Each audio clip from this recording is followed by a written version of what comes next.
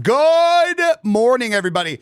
Just heads up for YouTube long form. I'm testing out a anamorphic lens today. I just wanted to get a little creative, so quality's probably going to be shit today. Audio should be fine, so if you want to put this up as like a little podcast action today, that's actually what I want to do today. Today is episode, I guess, 1, so it's lock-in live, but it's lock-in Monday. And what I want to start doing is every Monday, I want to get a little gritty. I want to take a step back away from like the review side of things. And I want to stick with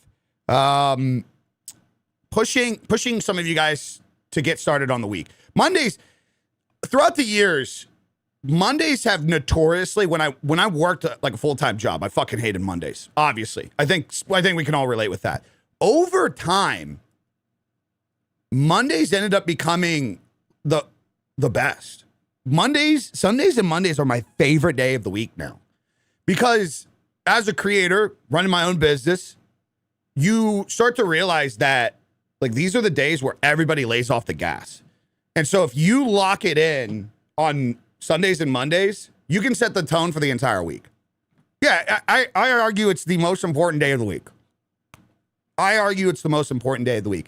Motherfuckers will like, well, first off, don't even get me started on the people that are like, I want something. And then they waste their Sundays watching like football and sports and shit.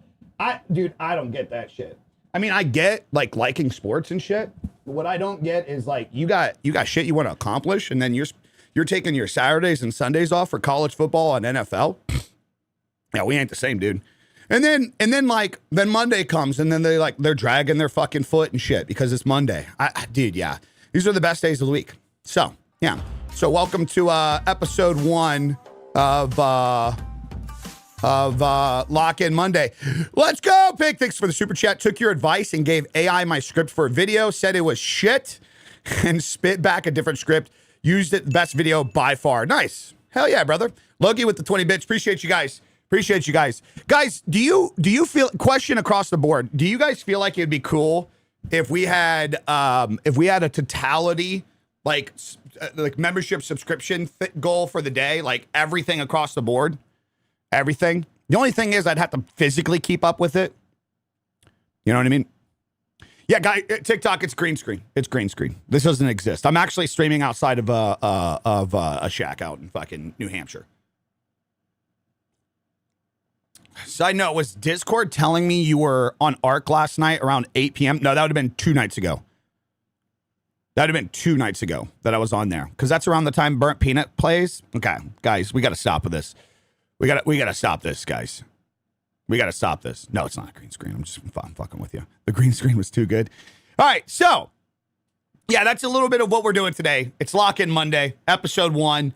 I wonder if I should make this its own playlist. We'll just let it be part of Lock-In Live. I wish you guys could see the fucking quality at which I see right now. In terms of, if you guys are in Discord, take a look at this screenshot. I'm going to show you guys the screenshot of what my shit looks like, and you guys are going to be like, "What the fuck?" Wait till you see this. All right, I'm putting this in Discord general right now. If you guys aren't in my Discord, you guys are fucking slacking. I've been building a Discord together of not creators helping creators. Well, actually, I guess technically speaking, yeah, we kind of keep each other accountable, but not like a support for support. So in my Discord, I look forward to seeing all the pores. It's not that high quality. It's cinematic. It's not supposed to be seeing the pores. Wesley, suck my dick. But yeah, in my Discord, we got a whole bunch of content creators in there, and we kind of keep each other accountable. Check in. We've been just sharing information. I've been trying to move my Discord in a direction to where if I'm not around, people don't feel like they can get value out of it. You know what I mean? So, yeah, we've been doing that. Dude, I just had a person not too long ago, which I guess is great for today's episode. Oh my God, this is perfect. I had a person not too long ago get completely bent out of shape because they came to my Discord and they're like, where's your self-promotion section? And I'm like, I don't have one. Now, if you guys don't know anything about Discord, it's traditional that when people make a Discord, they have a self-promoting section. Does anybody know what I'm talking about? Type 1 in the chat if you know what I'm talking about. If you guys have been in a Discord or you have this in your Discord, Type one in the chat. If like, don't be mad at yourself or anything. I'm not calling you guys out or anything. It's traditional, right? You have one. Everybody has one. I removed mine. I got rid of it. You know why? Because in any Discord that I've ever had or been a part of, I'd go to the self-promotion section, and it's always like fucking, there's so many people in there. So many people in there. Never chatting at any of the other stuff. Never in the live streams. And it's not even about this idea of like, well, they're not even supporting you, so why are you allowing them the place to support, which I actually argue you should be fucking paying attention to. Dog, why are you giving this motherfucker a platform if they're not even supporting your platform? That's stupid, first off. Second off, I just don't think it's healthy. I think it just creates this habit where people generalize this idea that that's all Discord's for. And that's what they do. Every day, these people will go into every Discord server that they join. They'll go to the self-promotion sections and they'll post their shit. And nobody fucking watches it. That's not an organic way to actually grow. And it's stupid too. I mean, in theory, it makes sense, but it's like, you got platforms that literally have algorithms. People can find you on the fucking platform, dumbass. Why are you taking time to go out of your way to try to promote the shit? But anyways, I removed mine. I got rid of it. Instead, in mine, I have social growth, creative work sections. So the creative work is for like actual creatives, like somebody does some photography, videography, stuff like that.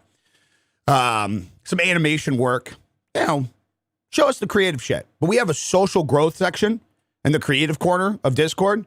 And what this is like, somebody comes in and is like, okay, why is this? Which, to be honest, our general chat's just been turning into this in itself. But it's like, instead of you just coming in and promoting your shit, why don't you show your retention graph and be like, can somebody help me with this? And since pivoting this, it's been so much more helpful. Like people meeting each other, people helping each other. And then, of course, so just recently I had this dipshit come in. Was like, where's your self-promotion section? I was like, we don't do that here, dude. There's no value on it. And he wrote this long. I know some people, like some of my OGs in here, or active members of the community. You guys probably know that the Xbox guy or whatever, dude. He gave this whole rant of like, we should be able to do this, we should be able to do that. Anyways, he even would go into the social growth area and he would ask for advice, and people would give him constructive advice. I actually have the band, dude. Yeah. Cool, shadow ban isn't real. Okay. When it does hit you, I ain't here crying over you. Like, this guy would not take criticism from everybody. Like, he would come in here and be like, I'm shadow banned on something. A whole bunch of creators would be like, well, actually, you're not. I looked at your channel. You're doing this. Your thumbnails are bad. Like, I bet if you change this, and he'd be like, no, it's the fucking platform. Yeah, I don't know if it's, no, not, it was like, I literally see the guy right fucking here. I'm sick and tired of people not understanding my issue and just looking past what I said. Just say shit. Blah, blah, blah. Jesus Christ. This is this guy having a fucking crash out in my goddamn Discord because he can't take constructive criticism from people. This is my guy having the guy is having a crash out of my Discord because I wouldn't allow a self-promotion thing, but instead I create an actual fucking area where he can get real input from other content creators. Guys, there's content creators in my Discord that are generating like 6 figures a fucking month. And this motherfucker wants to tell everybody that they don't know what the fuck they're talking about. Anyways, I'm gonna have a fucking crash out even talking about the guy. You guys been banned. It is what it is. But that's the point. That's what our Discord's kind of turned into. So if you're not in Discord, you're slightly handicapped. Just saying. I'm trying, guys. I'm trying with the Discord. So, yeah. I just thought that story was representative of today's episode. Because today we're going to be talking about brutal creator truths. Brutal. That's my bad. It wasn't you. Shut up. Or wait. No, you were the one giving him advice. Weren't you, Cody? Wait, I thought you were being a smart ass for a second. Were you the one giving him advice? Input? Oh, so, well, I thought I actually seen somebody's name was in here. Anyways, guys, hello. Good morning, everybody. Good morning. Put up your ID next month. Yeah. How many of you guys are not going to be doing that? I'm not the burnt peanut. Suck my dick. Fuck you. I'm not burnt peanut. Ooh, nicotine's hitting different this morning. Are you not doing it? Okay, well then there's no point in you joining the Discord. Yeah, I mean, I'm going to do it. I don't give a fuck. Like, dude, It's a double-edged sword. Of course, I don't like where the person that got the idea is from, and I guess the reasonings too. But I don't. Guys, here's the reality. I don't see a future where social media apps and platforms don't have an ID verification, because it's just getting like, especially with AI, man. It's just getting worse and worse and worse.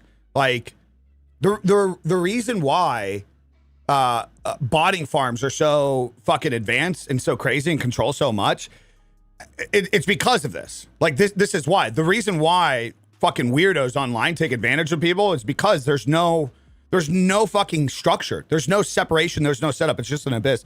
So it's like a double-edged sword. You want this to just be a free world where everybody can come and go as you please, but also too, when you do that, like bad people do bad shit. So it's just like, it's crazy. It's crazy. Just get a job, a career that will help your community. Huh? What? Hit me, bro. If you're using a face cam, would switching to an animated character or mascot on cam work? No. Listen, guys, let me, great, brutal truths for creators. Guys, if you have a shitty personality as your physical flesh avatar, you will have a shitty personality as a fucking character. Just saying. Just saying. Just saying. Just saying.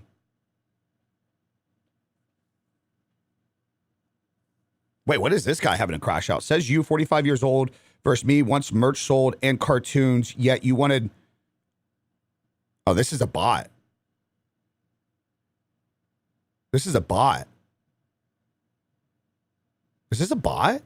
Is this a bot, or is this actually like a person having a crash out? It's on Kick, guys. I don't know if this surprises you. You're a loser versus other hardworking Americans? Oh, so you're retarded. Gotcha. Gotcha. Enjoy, brother. I think it's a real person. I thought it was a bot at first. They were... I mean, if you've seen a chat, Walgreens and Walmart, then podcasts. Yep. Okay. That's today's morning. Brought to you by fucking mental illness. All right, here we go. Not a job, a hobby, doesn't do shit for the community, honestly. Wait, what doesn't? Bro, just do something for your community, sitting there and playing games and editing videos. I don't play games. I do shit for my community. What are you on about? You mad because people wait, is that what it is? God, it's crash out fucking Sensul today. Across all platforms, TikTok and Kick coming in. I don't play games on stream. Do I look like I'm playing a game on stream? What's your objective? So, like, what's your conversation? Just making an observation. Well, you're making a retarded observation because you have no idea what you're talking about. I'm not playing video games on stream. Do you know anything about this? Is this the first time in the stream? Just genuinely curious. Just genuinely curious. Is it your first time in stream? It's clearly got to be, because you're just like lumping me under a total of creators. Stop talking for a second. Read. I'm literally reading your dog shit chats. Okay, so there you go. You can't... guys, I'm more than open to have a general conversation if you can actually be constructive about it.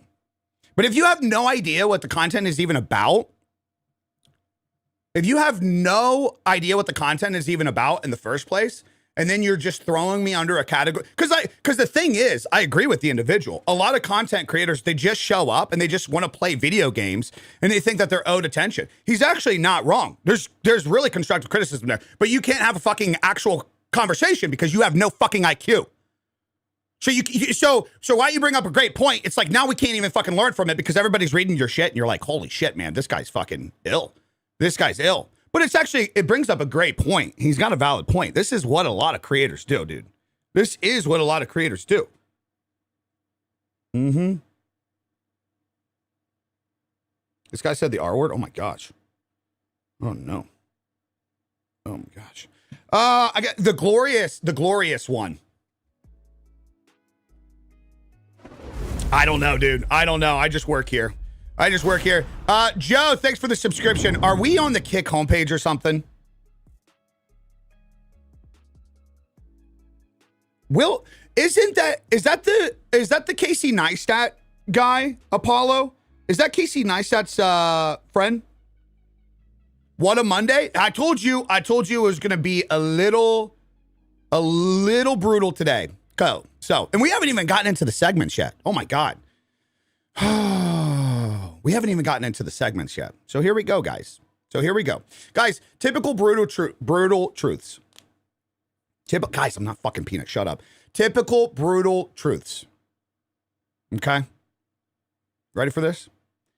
A lot of people like the idea of being a creator. What they don't like,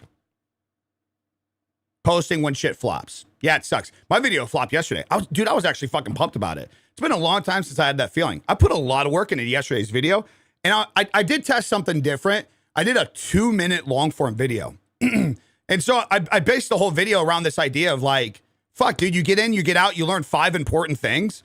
I thought it'd be super helpful. I did. And that shit flopped. Guess what I'm going to do? On to the next. A lot of creators like the idea of shit until it's like posting when shit flops. A lot of creators like the idea about shit until you have to study your analytics. Dude, you know how many motherfuckers out there don't even read analytics because they're actually fearful of what the analytics are going to tell them? That's insane. That's crazy. Guys, you can't fucking mask. You can't live in fucking pretend world and say, well, I'm a content creator. I want to do well. I want to grow. What's the platform doing for me? Oh, the platform says, here's the analytics to see what you're doing right or wrong. Oh, I don't want to watch it because I'm fearful that I might see that actually people don't want to watch this.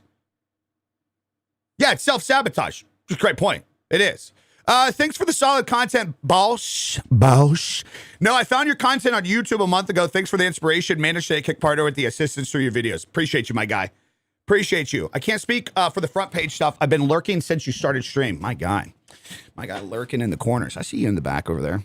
Hold on, guys. Let's get through this real quick. Another one. Rewriting hooks, dude. Some people, you like being a creator until you have to come up with ideas to actually put together some shit. Rewriting hooks. Fixing thumbnails. Dude, yesterday after my fucking video went off and I was like, oh shit, click-through rate's bad. I actually posted this in Discord. So look how bad the click-through rate is. So I got to change the thumbnail. Got to put in more work even though the video is fucking up. And then another thing. Posting again tomorrow. Everybody likes the idea of being a creator. So you put out a video, all your emotions react around that. And then the idea of posting again tomorrow, it's like, I'll just wait again. I'll just wait another couple days. Yeah. Yeah, I don't know why. It's interesting that this is it's interesting that this is looking bad on YouTube. Take advice from this guy with 60 viewers. I mean, I think you should. I mean, I think relatively speaking, you should. The fact that I've managed to take 60 viewers and turn it into a 6-figure business, I think is pretty crazy. I don't think the viewership in itself really matters too much. I mean, I guess in a sense, if you're chasing the idea of vanity metrics, like sure, because you just want more viewers because you automatically think that more viewers equals more result for being there. Which in a lot of cases it does. But like, I guess if you see no value from having 60 viewers and turning them into a community and monetizing and helping content creators grow, then yeah, there's just no point of you taking advice from me. So there's no reason to bitch about it. Yeah.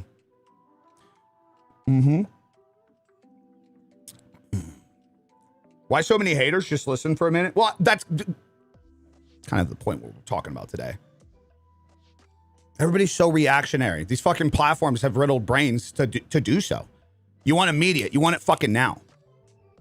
You want it right the fuck now. And then you don't get it, and then you get mad. It's easier to point fingers at the platform. It's easier to fucking point fingers at me. Yeah.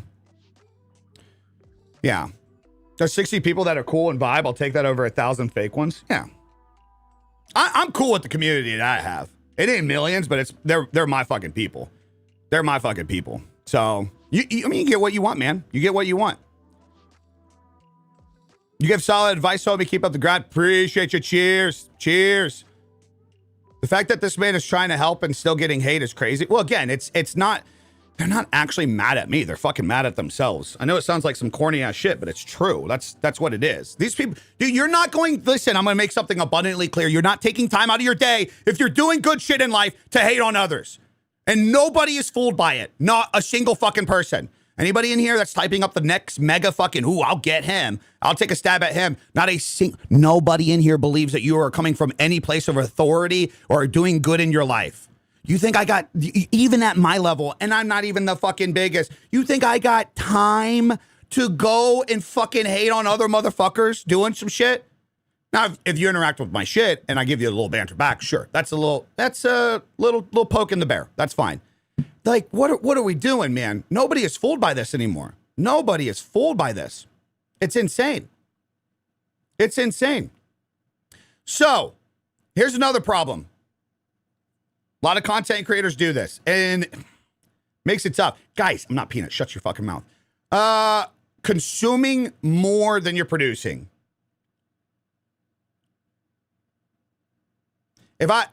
Any content creators in here, any creators in general, or like you're starting a business or whatever you find the value in these things. You're creative. You're trying to become a photographer, videographer. What up, DG? We got the fucking man. He knows. We always say I ain't never met a hater doing better than me. Fuck him. But the more hate we have, the more views. Yeah, exactly.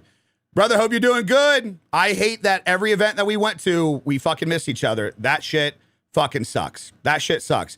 But honestly, guys, if you're creative, whatever value you find in these, whether it's the tech shit, whatever it's like a little motivation, whether it's the creative products, the blueprints, the LUTs, let me ask you an honest question.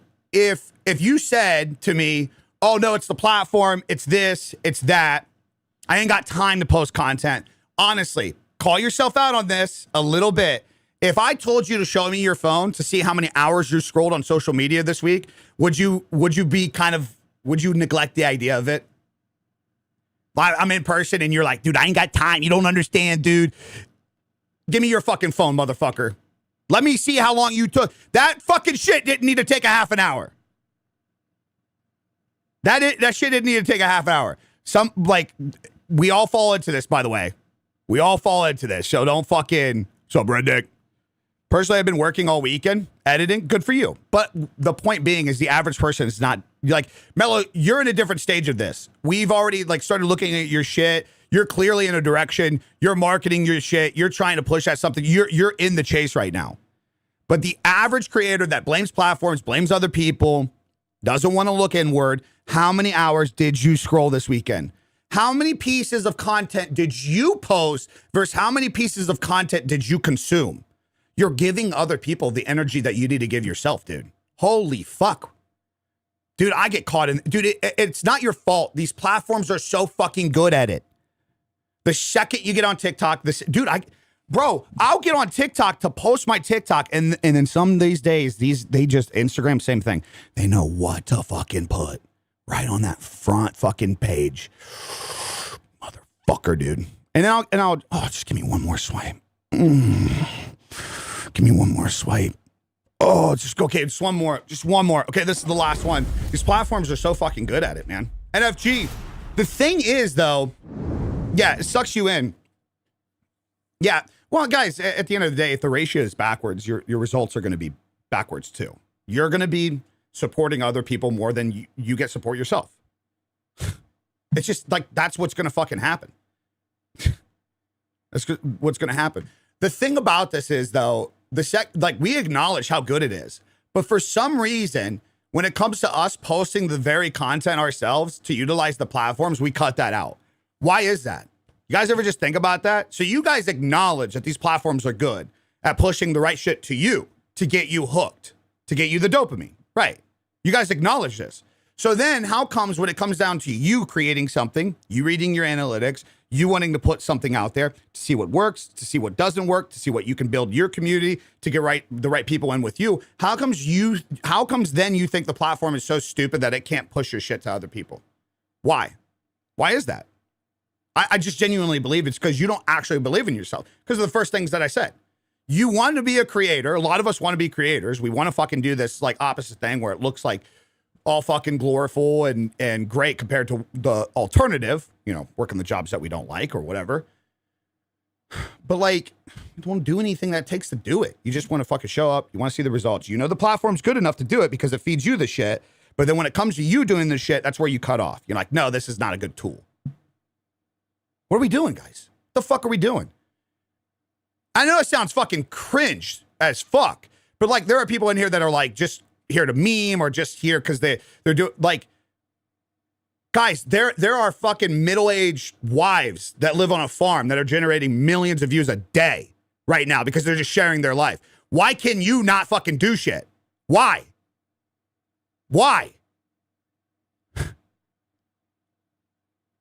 I know some of you guys are boring. I get it. But like, I guarantee there's something in your life that you're into, that you're passionate about. Yeah, it's fucking, it is hard to call laziness because it is intimidating. There's all these platforms. There's all these places. But yeah. But it's like lazy, and the bad thing is when you use the word lazy, people automatically go to work output. So they'll be like, I edit my videos, I post all the time. Okay, so you're not lazy in that aspect, but you're lazy in checking your analytics. You're lazy in finding the ways to fucking connect with your community. You know what I mean? Can I get advice? I work full time. I stream 3 to 4 times a week if I can, and post videos on every social media platform. I don't think you need any advice. I think you need to keep doing that constantly. Kind of go back to the point that we're just talking about. Make sure you're not taking all your downtime just consuming other people's content, and find a balance. Keep that fucking going. Yeah, I mean, I think that's a much better routine than fucking streaming every day for countless hours. I think you're already ahead of fucking 90 fucking percent of the people, dude. Yeah. I really do. What do you mean a better routine? Repeat after me. Stop saying the F word. Fuck? Fuck no. Fuck no. I don't know if you're like of age. First off, if you're like under 18, you're not supposed to be listening to the fuck word. You should be watching the stream anyways. Just saying. Your mom and dad should do a better job at protecting your devices. If you are an adult and you're telling me not to say fuck, I'm 23. Okay, let me just tell you something, brother. Me saying fuck is the least of your concerns at 23. The fact that you're even stressing about it is goofy. Okay, brother? It's goofy. It's very, very goofy. Let's get over that. Let's get over that, please, and thank you. Okay? I will continue to say the words that I want to say. You're fine. You're fine. All right, anyways. So, where were we at? Sorry, I was on the list. That threw me off. Oh, let's see.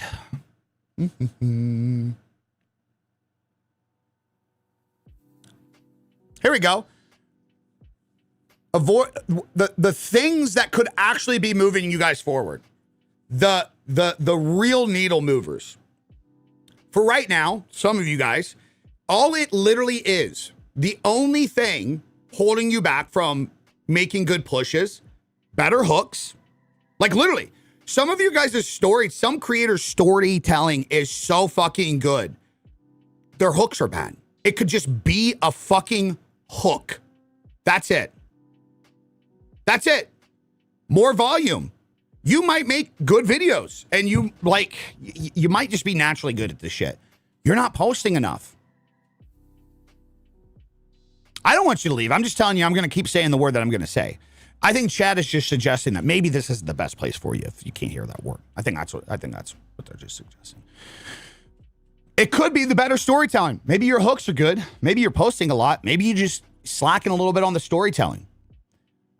Maybe it's more clarity in positioning. For me, that 100%. For me, 100%. That's been my biggest flaw for a while. It's the clarity. It's the intention and the direction and clarity. That's 100% been my problem. That's completely open up. That's where I'll say I was going. Like, I mean, historically, if you even look, gaming video, I can put together a gaming video that can get 1 million views. One of my best performing videos of all time. Got like fucking tens of millions of views across all platforms. It was a gaming video. Multiple gaming videos get millions of views. Skits get millions of views. Tech stuff get millions of views. So it's not that I don't understand hooks. It's not that I don't understand storytelling. It's not that I don't understand turning something into a piece of content. Where was my flaw? Constantly all over the place. Constantly just trying to be random, posting random shit, put together the video and not focus on the important thing for me, the community. Like, that's just my direction, the clarity that I want to go, the future that I want to leave. That's my direction. I'm not telling you guys to go after this. I'm just bringing you guys into my thought process. Where I'm at in my career, the portfolio that I have, the connections that I've made, I'm at the point where I don't need to be anything big. I just don't. There's no fucking point for me. I'm just not about it. I don't care. I don't care. I get pride. I feel reward when I help somebody else figure their shit and they grow from it and they leverage it. That's fucking awesome to me. I'm addicted to that. I'm addicted to other people doing well on behalf of sharing some information or fucking, I don't know, just creating some shit to push somebody to do shit. If that means doing it smaller and being more intentional, that's me. Clarity on positioning. That's how that relates for me. What keyboard is that? Oh shit, I forgot that you guys can see it on TikTok. It's the, which one is it? It's a Keychron something. V1 Max? Does that sound right? Any of the tech nerds in here? Yeah, it's just the best feeling for me. It is, man. It is. I think people want burnt peanut numbers after a couple videos or streams. I mean, you don't want that. Holy shit, dude. Hell no. Hell no. I mean, you guys, I'm barely, like, I don't get the craziest views, and you already seen what I had to deal with today. You want to deal with that on a scale of fucking times 10,000? Fuck no, brother. Fuck no. Hell no. I'm good, dude. I'm good. Hey, look. No, I think it's the V1 Max. V1 Max. Yeah, V1 Max D4. I got a new one. I got a new one coming from them. So we'll see how that goes. But when all your viewers are new, it's hard to know what type of hooks work. No, it's not. Your viewers being new have nothing to do with hooks. Hooks are just generalized storytelling. It doesn't matter. Your new viewers have nothing to do with the fact of putting together a good hook. That is just storytelling 101. Does that make sense? Do you have any advice for building content for a drop shipping business? Fuck, dude. I think for drop shipping, okay, I don't have enough experience in that to say that this will work. But what I will say is I think everybody that sells a physical product in this space should go look at people like Meta PC and see what they're doing, because the fact that guy is blowing the fuck up right now and selling gaming PCs is fucking insane. I think he's just doing such a good job. I really think he is. Now he goes like the skit route, but like what he essentially does is he turns every vertical into like a conversation piece about the very products that he does. Every single fucking video. I don't know at what point you are in your drop shipping. I don't know if you're like are you the product provider or are you a business that uses drop shipping? I'm still trying to learn the physical aspects of things because I'm going to be getting into merch and stuff over the next year. Dang, I'm watching in two places right now. What's up, baby? What camera are you using? One's TikTok. A7 IV. Anything that you guys need to know is on my website. Hey, buddy, was trying to buy your LUTs, but do you send to address or through email delivery? It's an automatic download in your email, brother. Yeah, everything is installation, everything. My best videos don't have hooks. The ones that perform best are the ones where I deliver value in the first few seconds. That's your hook. That's literally, guys, that's the point. That's literally your hook. That's your hook. See what I'm saying? Like, we overcomplicate these things. Regardless of, here's the reality. That's just your hook. You have a perceived idea of what typical hooks are. No, that's your hook. Every story comes down to this. Hook, story, resolution for being there. A hook isn't always a title. A hook isn't always a controversy. Some people just dive into the meat and bones. That's your fucking hook. That is literally your hook. Yeah, I know, Al. I have not eaten breakfast yet. I'm still fasting. Still fasting.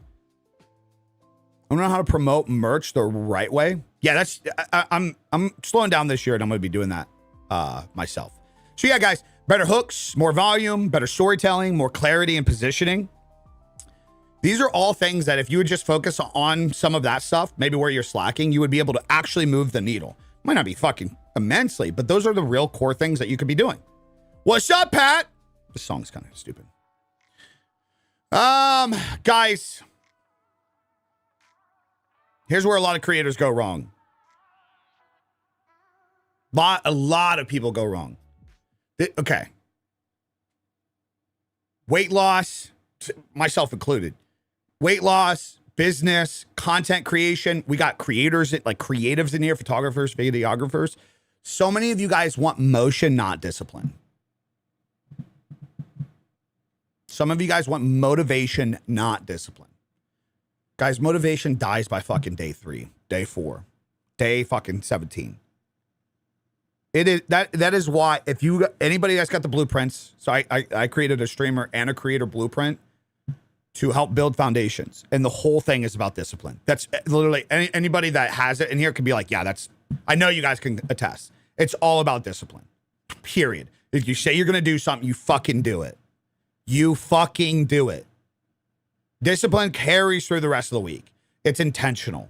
It creates the ability to not even just build in what, like, you're using discipline to post every day. You don't realize that the habit of you doing something and then just continuing to do it, even when it sucks, even when it's not glorified, even when you have your down days, it spills over into everything else. That's why the blueprints are built the way. The blueprints are not built for you to get a fluffy feeling and be like, oh, my video is going to do well now. It's built so that way you are so intentional of every task that you do that it's all these little side quests. It's not did this video perform well? It's, did you do your posts? Did you reach out to the brands at this time? Did you assess your analytics? Did you fucking get some kind of monetization set for the month? Your fucking merch, whatever it is. It's intentional activity.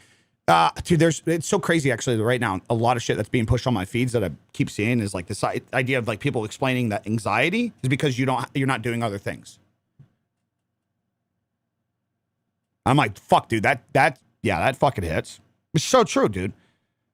Like the most anxious times I've had in my life, I wasn't doing other things. I was just set to one set thing. I was like, oh, it's doing good. I'm not taking care of my health. I'm not fucking taking time for me. I'm not fucking trying to build anything off of this. I don't have side quests. Yeah. Everything is discipline. It's building a foundation. Because then when you realize, like, after a period of time, if you stick with the thing, you're like, okay, I'm showing up. I said I'd do this thing. I'm going to do this. And then next thing you know, like, the content's done. Okay, you got the content. Okay, well, what's the next thing? Well, you got to start working with brands. You want to start getting brand deals. You want to start monetizing your shit. You want to build your platform up more. That discipline will carry over into to the other aspects. It doesn't just randomly fucking happen. Like, any creator that's done fucking obnoxiously well at monetizing their brand, working with brands, they're intentional on the shit. The structure and discipline that they built in creating the very content bleeds over into the shit. It bleeds into the reaching out to the brands. It bleeds into the responding. It bleeds into every aspect. You'll soon be able to enjoy the fruits of your labor. Oh my God, bars. Discipline is better than motivation. It just fucking is. Like, holy fuck. Yeah, of course, I don't fucking want to show up and work out every goddamn day, and I want to eat shitty fucking food, especially after years of being overweight and shit. But, like, I can't not do something if I want to, you know what I mean? Like, I'm going to lose the weight by showing up and be like, okay, I want to do those things, but got to fucking stick to it. Got to do the shit. And then as I've been more disciplined with my content, more intentional with my content, more intentional with the business side of things with me, wow, what do you know? When I want to take the day off of fucking working out, I'm like, bro, I'm not a bitch in these areas. Why am I being a bitch on here? Dave, shut the fuck up. Why? It's stupid. You start to push that weight, the structure, the discipline that you put into the other aspects. Yeah. So guys, let's go into segment 2. I'm reading all the chats. 500 hours away from monetization. Your blueprint dialed shit in for me. $10 was too cheap, brother. So, Ron, it's actually, first off, Ron, did you get the updates? I launched a whole new version. So make sure you check your email. You get the updates. The prices have changed in what's the word I'm looking for? Balance of the new updates. I appreciate you, man. I'm glad it's doing well. 500 hours isn't a lot, brother. You're getting close. Dude, God, man, I miss those days. The first time you get monetized on a fucking platform for your effort, and then that first dollar you see, dude, I still remember to this day the first dollar I made on YouTube. For me, it was different. It's 2012. Back then, it was completely different. You actually had to get signed by agencies first to get monetized. It was the only way. It was the only way. But, dude, oh my God, it lit a fire under my ass, dude. Yeah, it's insanely rewarding. Well, that's like a lot of these people, dude, it is. The first dollar you make in anything is crazy.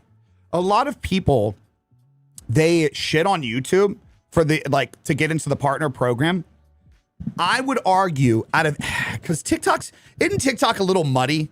Anybody like really know TikTok? I just had my TikTok for so long. I was kind of like, shit just happened here. So I don't know you got to get into this to make this. By the time monetization came to TikTok, my account was already big enough to where I just got the shit. Is there a set path on TikTok? Does anybody know? Discipline, dedication, determination. Dude, I wish we had fucking shit like that when I was in school. We just had the basics. It's what they say. It's harder to make your first 100,000 than it is to make million. It took me years to have a six-figure year. But also, granted, I was, like even to this point, I was comfortable because I lived in Ohio. My rate of living was so fucking small, so small, that I was like 75, 80K a year. I was content. I was happy with it, honestly. Wasn't that bad in Ohio. When all your bills are like fucking, dude, holy shit, $1,300, $1,500 a month. Mortgage was like $385 a month. Anybody in here lucky enough to still have an old mortgage from like 15 years ago? Jesus Christ. Our car payments combined back then were like $800. Crazy. But yeah. I'm very disciplined, but the restrictions are killing it for me. No explanations for them. What do you mean?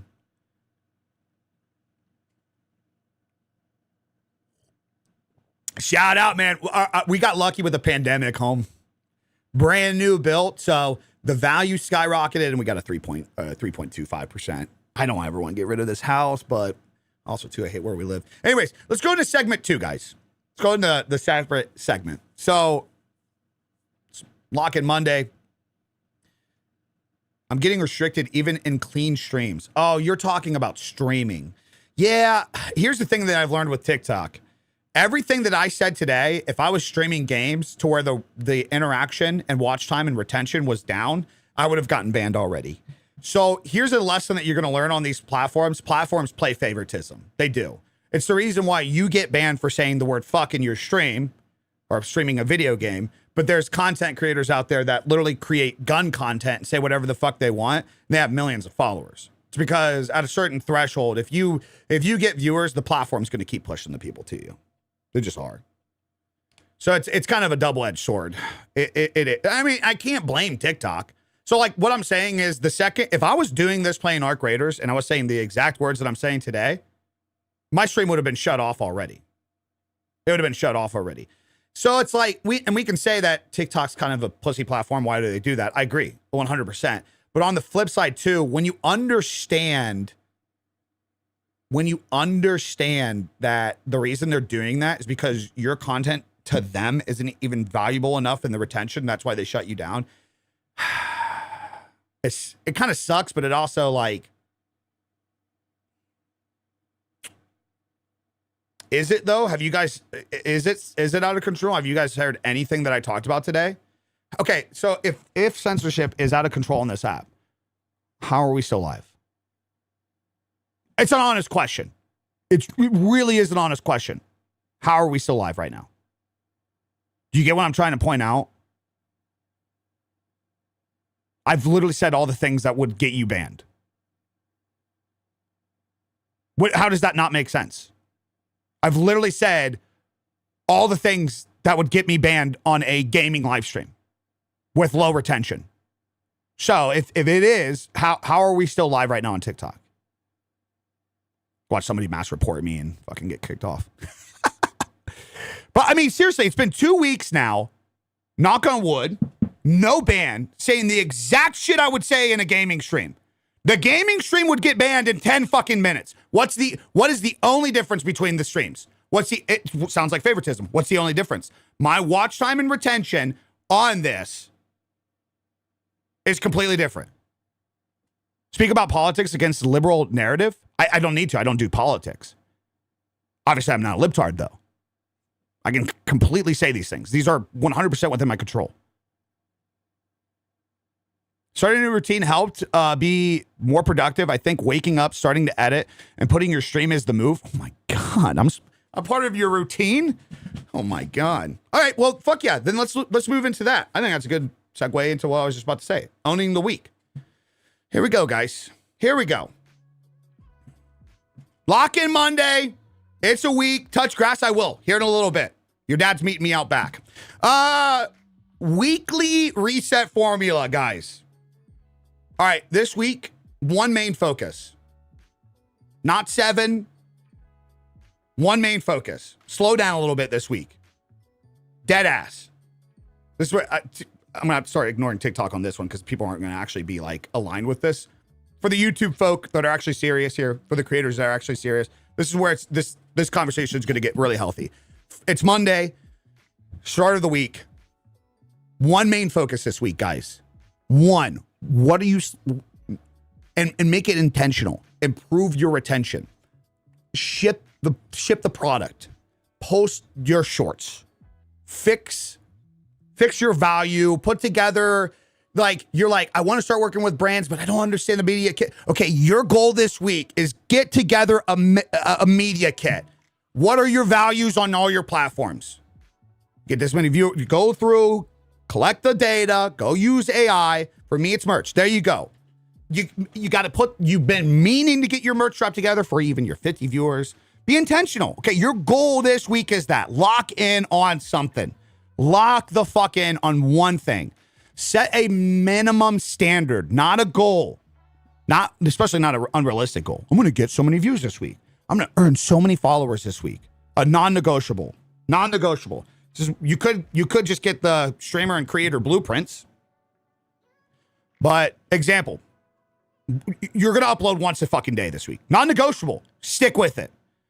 3 pieces minimum. 5 cold DMs to fucking advertisers, to sponsorships. 5 brands you fuck with. You're gonna try to test different thumbnails. You're gonna do some A and B thumbnail tests. Lock it in. Thanks for the super chat. Appreciate you. Looking good, looking young, looking handsome. Looking good. For me, it's finishing RE8 to play RE9. Okay, well, be intentional with this. Don't make it just so general. What are you going to do as a result with that?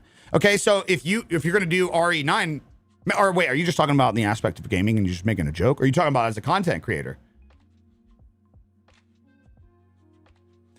I have 108K followers. Can't get Logitech to sponsor my stream, even if it's for free. Get somebody else. Move on. There's other people in the tech space. Move on. Get somebody else. You're not tying your fucking brand identity to a company that doesn't believe in you. Get somebody else. Move on. Or if you're like, okay, well, I only fuck with Logitech. I only like Logitech. Okay, well, take the thing. Then you clearly have Logitech items, right? You probably have Logitech stuff. Get intentional with that. Let them know you fucking exist this week, dog.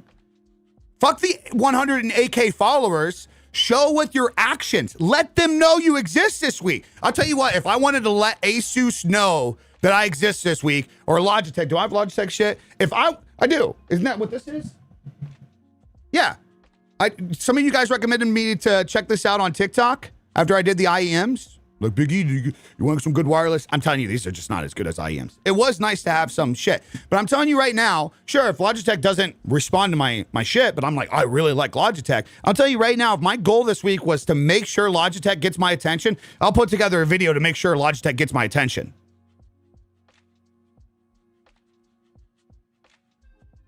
Right?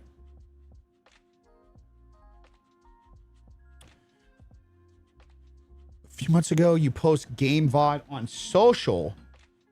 On social, what made you change your mind and switch into lock-in mode? Good question. I actually talked about that in my building in public series. So, since you missed that, you could go watch that, by the way. I do it much more in depth. Towards mid last year, wasn't happy with what I was doing. I was completely reliant on streaming again. Didn't like it. Was making good money. I just didn't like it. I didn't feel in control. So, like, I asked myself, okay, what happened tomorrow if, like, I piss somebody off on, like, in theory, to what people say.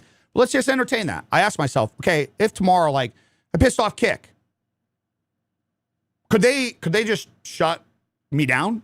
Could they control my shit? And I was like, yeah, that was, like, just the answer. Now, it's not saying that they actually would do that, but that was my answer. That was the answer. Just period, point blank. So that was like mid last year. I was just way too lenient on it. I was leaning way too much in that being most of my stuff. I wasn't getting my creative itch out of anything. I love creating. I just do. Like, there's nothing, it has nothing to do with content creation. Like, I could walk away from social media tomorrow if I found the right company and just create content for them. And if it was just the right job and right gig, I could do that. And I'd be fulfilled. I love creating, dude. I love photography. I love videography. I like building stories with even other people. I've even been hired over the last few years, took special projects like the Power GPU documentary that I did. I didn't need to take that, but it was like, dude, that sounds fucking cool. I'm going to do that. So I did it, right? So towards mid last year, even though on paper everything's good, I'm doing well, I just wasn't fulfilled. It just is what it is. I wasn't happy. I wanted to control everything more. I wanted my website to be back up and running. I wanted my socials across the board to be up and running. And I wanted to be more me. So what I did is towards the end of the year, I said, I'm going to give one more game, one more chance. And it's going to be a win-win. I've seen Battlefield was coming. A lot of people don't know. I actually started a lot of my journey through Battlefield, not only in gaming and streaming it in the early years, but also, too, those were some of my first customers, Battlefield streamers and creators, when I was a graphic designer. So I like had tied roots to the Battlefield community. Battlefield's even interacted with me before. So I was like, okay, Battlefield's coming out. Maybe this is the game changer. Maybe this is going to be a good game. I'm going to take the last quarter of the year and I'm going to be intentional in the direction that I'm going. I'm going to go hard in it. I'm going to stream it. I'm going to test it. I'm going to see one more kind of time if this is my game breakthrough. And it worked. It did well on all the socials. I think the first month we had 10 or 15 million views across everything. Started a new Facebook, had views doing well there, had views doing well on Instagram. Now, the only goal or the objective with this was, one, if the game starts doing shit where it dictates my emotions, because that's the problem that I had in the past with Apex Legends. Because those that don't know, years ago, I started a gaming channel and started creating Apex Legends content to move away from Twitch. And what I hated was Apex would come out with bad updates and it would ruin my vibe. So I was like, okay, Battlefield starts to do that, which they obviously did. No shock. I was like, okay, well, that will be red flag number one. Red flag number two is if me showing up and doing it, what's going on, Alex? Apex is still relevant. Nobody said it's not relevant. Don't get offended about it. I don't like the updates that they make that affect the game. It doesn't work for me. Just me as a creator. So I navigated. Same thing with Battlefield. I navigated. See how that works? See how you can take ownership in your own thing? So, and you can enjoy it. Doesn't have to be the formula for everybody. So I became intentional in the last quarter. I said, we're going to give it one last chance with the gaming idea. Maybe it just works. You just never know. Like, everything, that entire perspective would have been completely different if the YouTube stream started getting pushed into algorithms where you're getting thousands of viewers and you're creating monetization. And it's just fun. And the game overall has a long, healthy lifespan and it's enjoyable. And you had a lot of people to play. It's always a potential. Guess what? It didn't work that way. So the goal was last quarter, and about halfway through that last quarter, I was like, yep, this isn't working out. I see my red flags. Who asked this question, by the way? Make sure I'm staying focused. Jack. So Jack, around December time or whatnot, I was like, okay, coming into the new year, I know where we're going. Period. End of. I always put this type of shit on the back burner for some reason. I don't know why. I was like, well, I could always go down this route. I could always help creators. I could always help brands. I could always utilize doing that and build my brand at the same time. Like just make that the content itself. And for some reason, I just kind of like laid off of it for a long time. I was doing it before the kick blow up. I was on track to have my first crazy year. I was already managing a couple YouTube channels, fairly big creators. I was already working with a couple brands and pushing in a direction. And I was doing a good job with my content to make a connection with that. And then the kick just happened. So towards the end of the year, I was like, all right, intentional. In 2026, I'm not a gaming streamer anymore. I'm not relying on games, period. End of. That's it. So now I will say, Jack, I was not expecting to be where we are by February. I've been very intentional. I'm doing the 90-day blueprint myself because that's what I did with Battlefield. What type of camera are you using? A7 IV. Everything that you guys need to know on my website. Brother with the super chat. My God, appreciate you. Keep bringing in that content because I know you like my money, you dirty boy, you filthy cocksucker. And if those mofos that are too sensitive to your cussings, love you, big dog. Have a great, hey, I appreciate you. I appreciate you, Shadow. So over the last quarter, I took the things, what I figured out in 2026 that still matters, because I did all those things. When Battlefield came out, I became intentional. I was like, okay, I'm going to post every day regardless. I'm going to do this. I'm going to set these objectives. And we did it.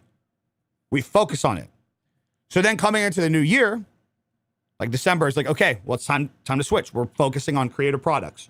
I didn't expect the blueprints to come out till mid Q1. I kind of just sent those. I don't know why. I don't know. I full sent them.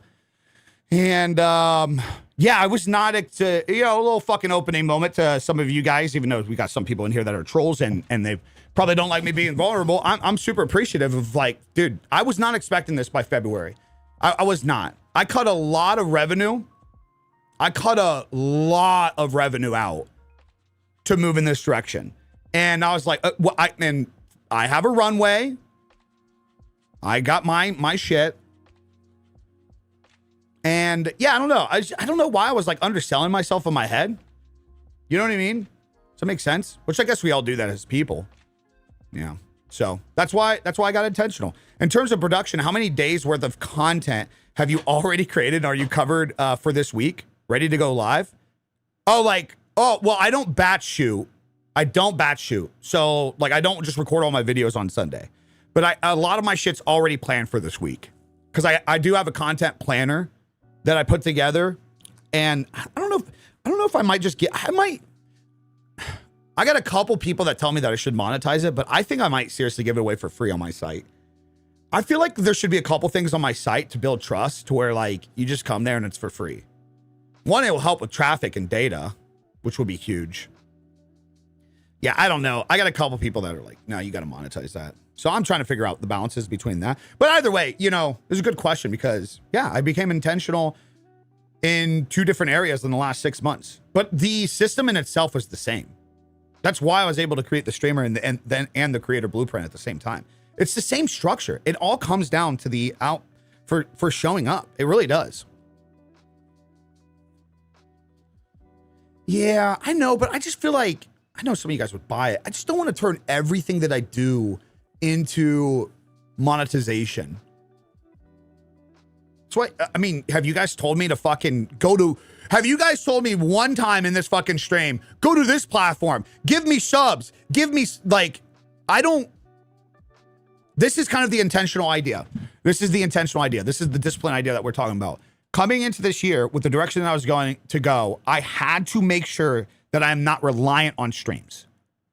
Because that was what created the recipe for anxiety before. I had to make sure that's the direction that I had to go. I'm not telling you guys to do this, even though more people should. I don't want to be reliant on people being nice to me to give me money. I don't know. That's just sounds like a surefire way to recipe for disaster personally. So I wanted to have more control.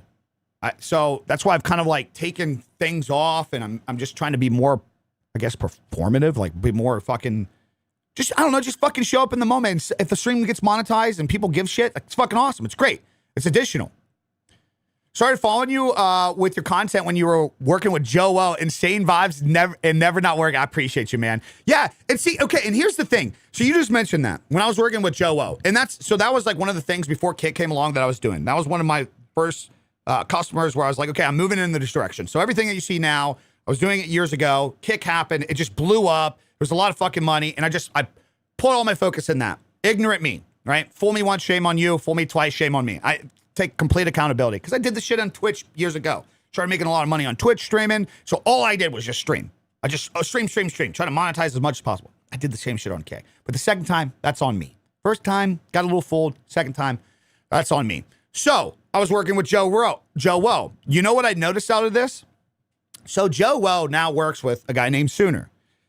Sooner was somebody that was a viewer of mine years ago. Well, he still is here and there, but he was a mod for me years ago.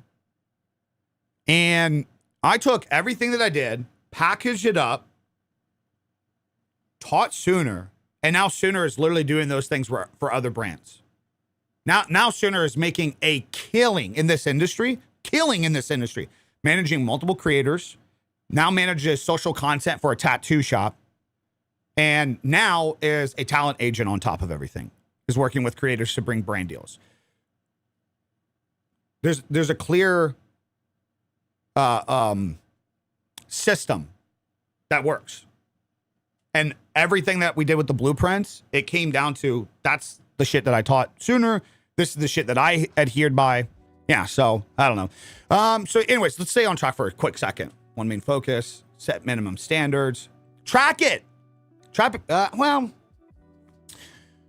I was going to say maybe track it publicly. I don't know, man. I kind of 50-50 on this.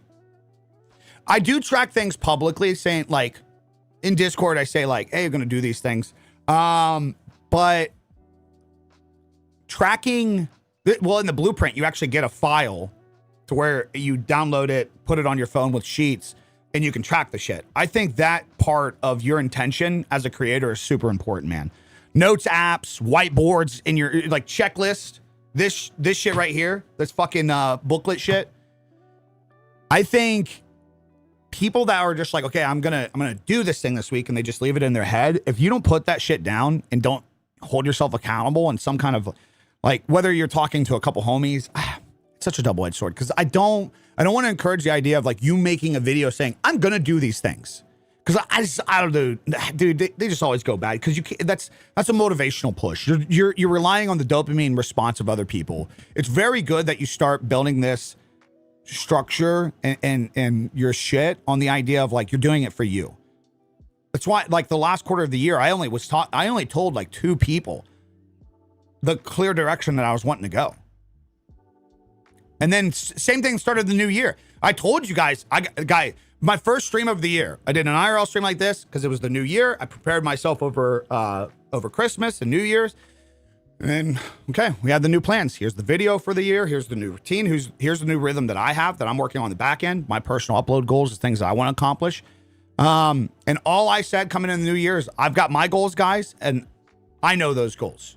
And they're realistic goals. They're not stupid goals. I want to get this many subscribers. I want to get this many followers. I have goals on how many uploads I want this year. And pretty crazy. Dude, last 30 days, I seen on Instagram that I did 145 pieces of content. We are locked the fuck in. We are locked in. Question for you. I have sports content creator. What could I do? What could I do? Help me out more. Well, I mean, that's really general, man. It's pretty broad. Pretty broad. Views? Put your content together? Like, what do you create? These are things that, by the way, you could just be doing AI with. Appreciate you, T-Lo. What's up, Timothy? Do you think it's better to do one platform first, like Twitch? No. I think multi-streaming is just the future. I've been dual streaming, but I feel like I get more follows on Kick than Twitch. Well, your problem is if you're only multi-streaming to Kick and Twitch, you're doing it bad. Those are both platforms with no discovery. Yeah, concurrent viewers is so hard. Yeah, because you can gain followers. Followers don't mean shit, brother. Followers don't mean shit. Your congruent viewership, your actual interaction is the more important thing. And you're only multi-streaming to 2 platforms that don't have discovery. The platform is not just presenting people to you. So you're still stuck in this, even between multi-streaming to Kick and Twitch, you still got to go create content, funnel people over.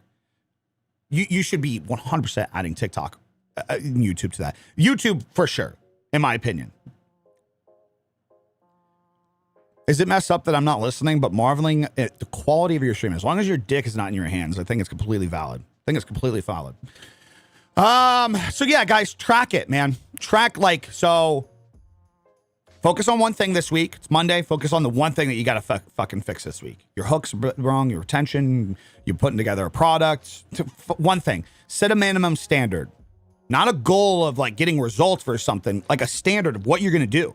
You're going to like look at it as an action goal, not a fucking response goal. I want to get this many followers. I want to have a video blow up. One video a day, 3 pieces minimum, reaching out to 2 to 3 brands, 5 brands this week. Even if they don't fucking respond, you're going to reach out. You're going to offer some ideas. Like honestly, guys, if there's one thing where you guys know you're slacking, what's one of your guys' focuses this week? Better hooks, putting together story ideas, putting together a system to fucking keep ideas. Okay, editing. There you go. That's a pretty solid goal.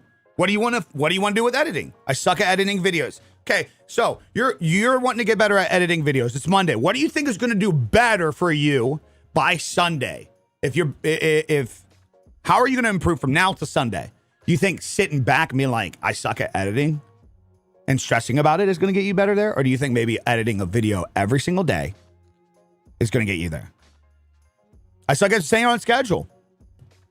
What do you think would help with the schedule? You think writing things down, like creating some kind of day-by-day routine? Gonna get a note, go to the store, or get on Amazon, get a notebook, get in your calendars app on your phone and say, okay, you know what? I'm going to be intentional this week. You think that would help better with scheduling? Hooks, thumbnails, and editing. Well, that's a lot. That's a lot. What's the one thing that you feel like you're really slacking on? I think I need calendar alerts. Yeah, there you go. Some people do the digital stuff. Some people do physical. My wife's a big physical. She's got a physical calendar. She tracks that shit to a T. To a T. One question. I did a few streams on YouTube as tests. So I went private with them. Afterwards, I deleted them. Does that affect my algorithm? No. No, it does not. It does not. Now, I will say, it's a heads up, if you do stream on YouTube and then you delete the VODs afterwards, you don't keep them public, you lose out on all that delicious extra watch time you get towards monetization. Just a heads up.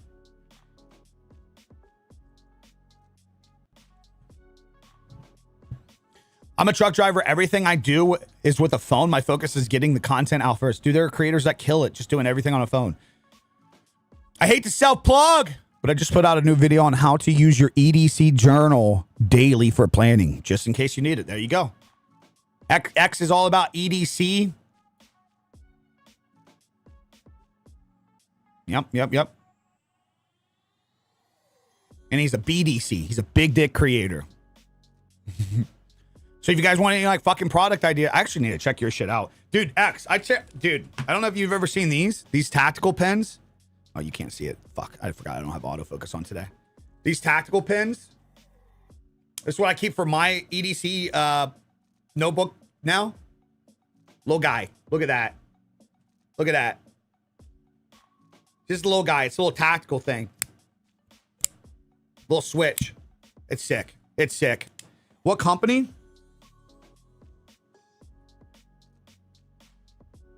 Why do you gotta ask questions I don't know the answers to? Go fuck yourself, buddy. Huh? I don't know. Fuck, man. I have to look it up. Yeah, bolt action. That's what it's called. It's a bolt action pen. It's a bolt action tactical. I'll fucking tell you. I'll tell you, you little sluts.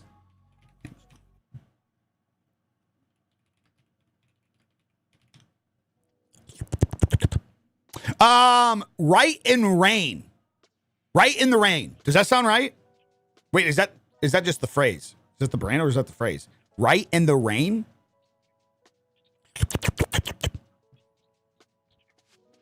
Yeah, right in the rain. That's the brand. Yeah, there you go.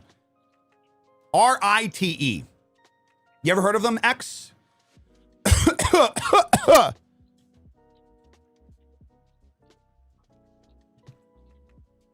I'm a barber and a gamer. Do you think I should blend the two? I mean, that's going to be hard to do, brother. That's going to be hard to do. Anytime, like, here's the thing. It's always so hard to answer this for people, dude. But you got to look at the audience, man. Instead of asking, is there a way to blend the two? Be honest with yourself. If somebody was coming to watch you cut hair and learn from that, do you think they would also want to watch you game? Now, we can live in fluffy land and be like, yeah, there's definitely ways to tie the two. But like your average viewer, do you think they're going to want to? It's such a subjective question. Because like, it's like saying like, obviously people that like watching getting haircuts or getting haircuts, there's statistically, of course, some of them are gamers or vice versa. But like, I think creators try too hard to say, okay, I'm into two different things. How do I like play games while I cut hair to bring in both audience? I think the key point is you should share the passion that you're into, and you should let like people know that you're a gamer in your fucking while being a barber. I mean, it's right now. I'm not playing a game while I'm live. You see my gaming setup here. I have gaming tech, the conversations, but I don't actually put out the gaming shit anymore. So it's always a way to where you can fucking utilize being a barber, build your audience, and just use fucking gaming as a nice little streaming thing to where you just hang out and talk to the motherfuckers. But also too, what you'll learn, Rez, here's the thing too. What you'll learn is, let's say you try that. Let's say you're doing the barber content, you're growing in it, it's doing well, and you're like, okay, I'm going to introduce the gaming side to shit. And then you start gaming on stream, and that's like your way to show that you're a gamer. And the next thing you know, your chat is so interactive and conversing to you about the barber shit, about the barbershop stuff, you being a barber, that it's pulling away from your gaming stuff. And what you'll learn in those moments is like, you don't actually have to make gaming the content, brother. Not everything that you're into has to be the content. Like, you can just have that for yourself. And gaming, I think, is the most overused example in that. Like, so many people just correlate the idea of like content creator, gamer, because of streaming and everything. But like, you could just be a really good barber creator that like people know you're into gaming through conversations. Like, you could even fucking cut gamers' hair. There's a fucking idea to make the connection. But like, you don't actually have to turn the gaming into content. You could just also let that be you time. You let that be downtime. I just think the idea of turning everything every hobby of yours into trying to throw it into your brand it's tough.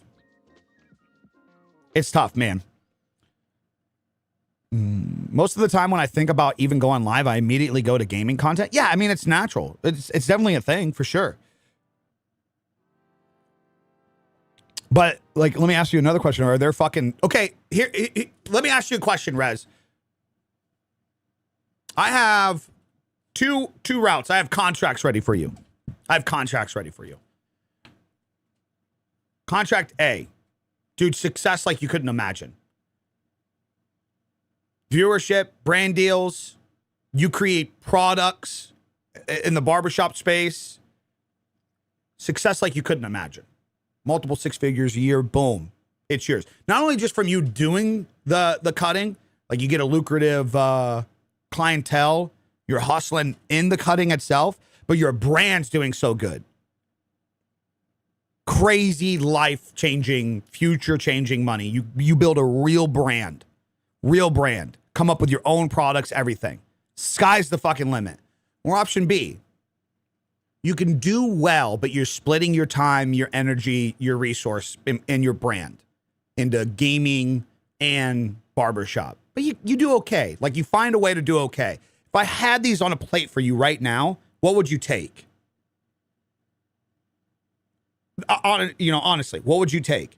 If the contracts were there, here's the contract. For the next X amount of years, you're going to make hundreds of thousands of dollars. You're going to scale. You're going to grow. You're going to create products that other barbers use. Because, like, there's nothing really stopping you from doing that if you're a good barber. I mean, I get caught up in like barber fucking videos. Who's the popular guy that's always saying like the motivational shit, giving haircuts away on the street for free? He's probably into gaming, but do you guys watch him fucking game? Vic, there you go. Yeah, Vic. You all know him. Like, I'm talking sky's the limit. There's nothing stopping you from growing something huge like that, Rez. There's nothing. Nothing.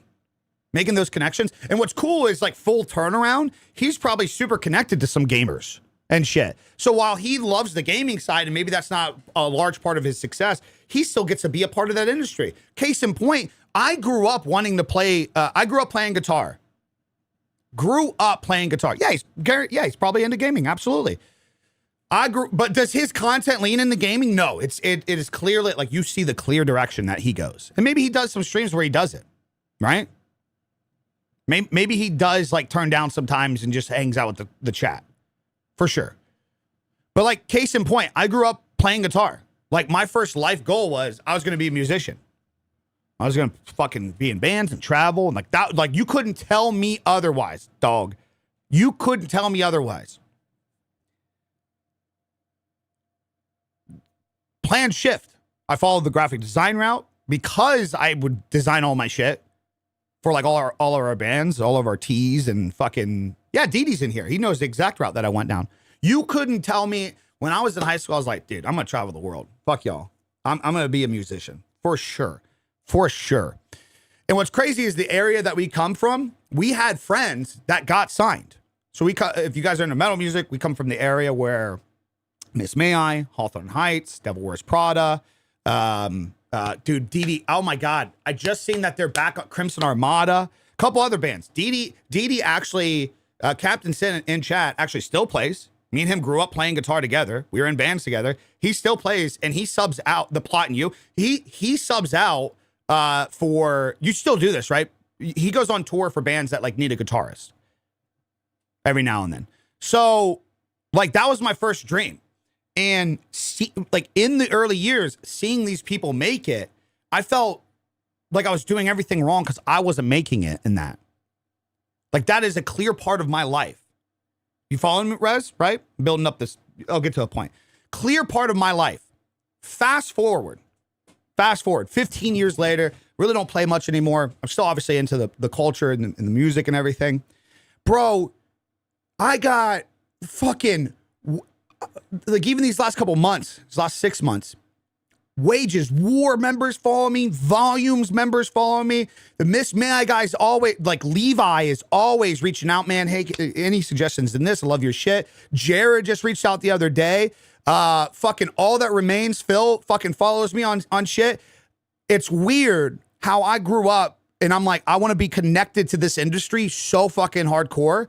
And at first I was like, okay, I didn't make it because obviously I'm not playing guitar in it and shit. And then full fucking circle, I still somehow align in a path where I get to fuck with these motherfuckers.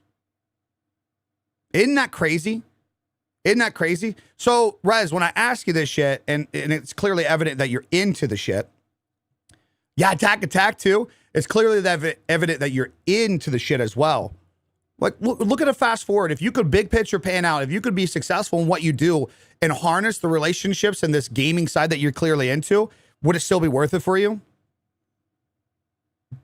Would it still be, would you be unhappy if like, instead of you being able to be a big gaming creator, you were able to fucking cut one of your favorite gaming creators' hair on stream?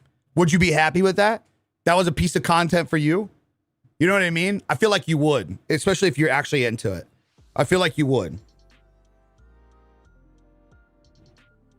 Yeah. So you got your answer, man.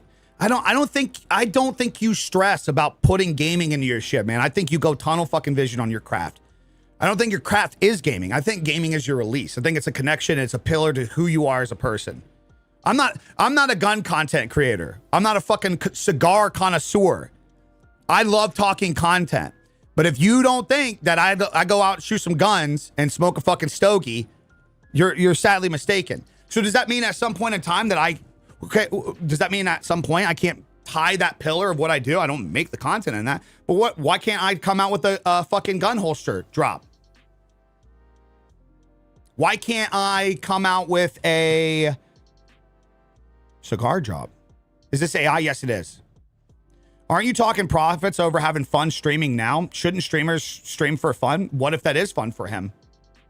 What if him streaming cutting hair is actually fun?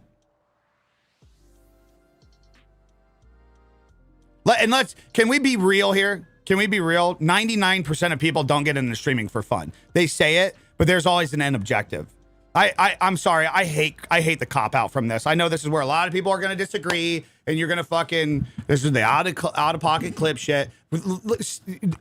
Most people lie to themselves. You say you're doing it for fun, but there's an end game. There's an end game.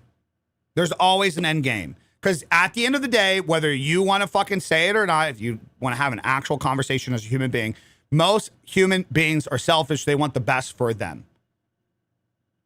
Are there people that have good paying jobs and they just stream on the side for fun? Yeah. Those people typically aren't even worried about scaling. They're not worried about, you're not watching a how to grow as a content creator stream, how to get more viewers stream if you don't want to actually grow into a thing. You're not. I'm sorry. You're not. You're wanting to get bigger and better and do more for a reason. You want an end result. If you just stream on the side and have fun, you like your job, you like your life, a lot of this shit isn't even for you. I say the story all the time. People can vouch in here. I say the story all the time. I think you're in the best situation. The best situation. You live in a day and age where you can actually have a good paying job, stream on the side, have a little fun, and monetize off of it. That's a fucking win-win. If you truly only want to do it for fun, you just do what you love on the side. You just multi-stream, hang out. But let's be real. The average person actually wants a result. The average person wants to grow. They want to scale. They want to learn how to monetize. They want to get bigger, and they want to leave their job. It's very rare. Jack can contest to this. It's very rare you see motherfuckers come in here and say, I love my job, and I just feel it's always, I hate my job. I want to do the other thing. Then we have to go back to the resort of, what the fuck?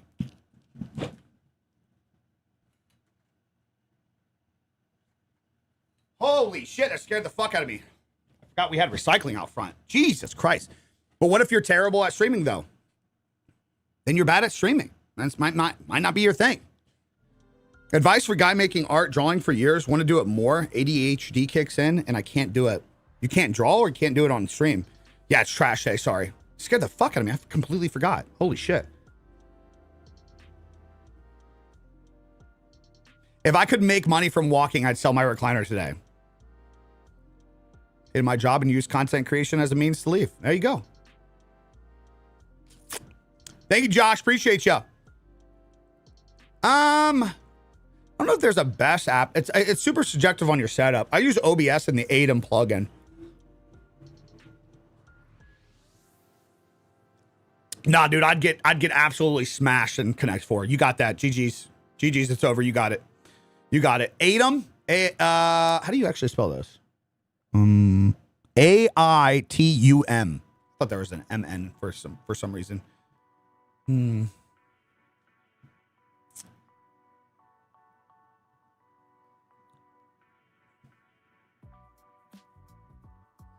What's up, TRK? I'm doing good, brother. There's Black Rifle 300 MG espresso can drinks are fire. I've actually never had one. Yeah, you can stream on Twitch and kick at the same time. My boy, can I buy your current LUT? Yeah, I actually just put out the LUT pack last week. Yep. Just put out the new LUT pack on my website last week. Thank you. Thank you. Thank you. I'll gladly take all your used equipment that you don't use anymore and build mine. Hell yeah, brother. I'll give you a price sheet on how much I'm selling everything for. No, I don't use Restream. I use the ADEM plugin. You can just do it all completely from OBS with this plugin. A75. Yes, sir. You like that? I was like, let's bust out the anamorphic lens. You know what's funny is everybody is commenting on. Wait, did you get the pack? Lav, did you get the pack? I'm really proud of that, by the way.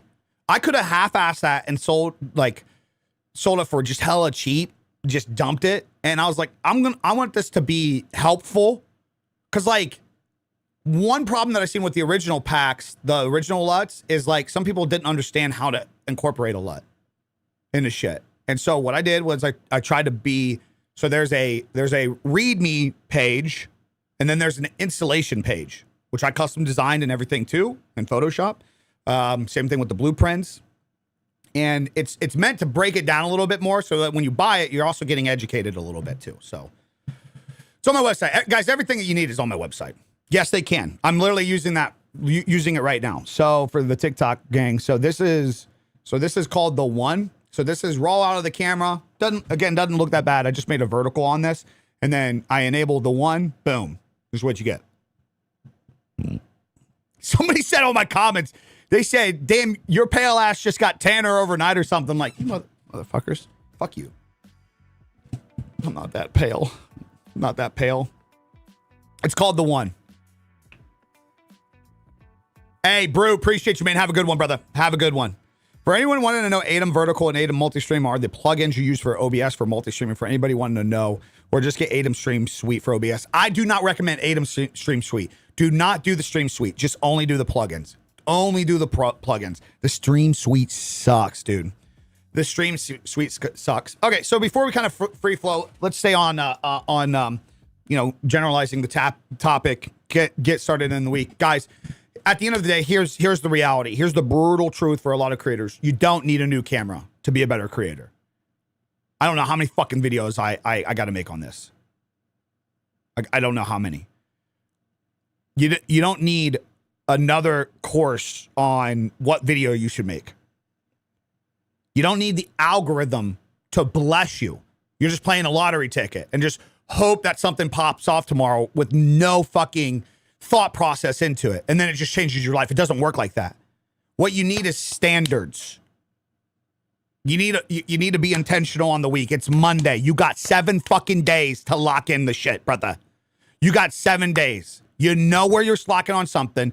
You're doom scrolling, you're not putting out the videos, you suck at editing, but you're not editing more videos. We all know where we're slacking. My fat ass has got to stay locked into the eating healthy this week and working out because I got goals this year on that shit. I got goals. Own your fucking Monday. Don't look at it as defeat because you're back into the week. Look at it as a start to take a whole fucking week to do something for you. Period. There we go. All right. Now we can kind of free flow. So the Legacy Creator Pack is all my old LUTs bundled into one that I've used all over the years prior, like years ago. The new one is the Signature Pack. That's where the one is. Lost 33 pounds in 3 months on the carnivore diet. Here's to weight loss. My God, man. Good shit, brother. Any suggestions on how I can get some followers? Just join and want to start streaming on TikTok. Don't worry about followers. Followers don't really mean dog shit, brother. Followers will come and go. They're kind of dead metrics anyways. Yeah, when you go live, think on the idea that somebody is going to be coming along and scrolling past. How do you make the time that they give you enjoyable? Are you going to get trolls too? You're going to have to deal with those, navigate those. We get them all the fucking time. I bought both packs. Really excited. Sorry, wrong camera. Looking good. You know what's so funny? I'm going to challenge a couple of you guys. So y'all motherfuckers are like, oh my God, look at your camera. Look at your camera.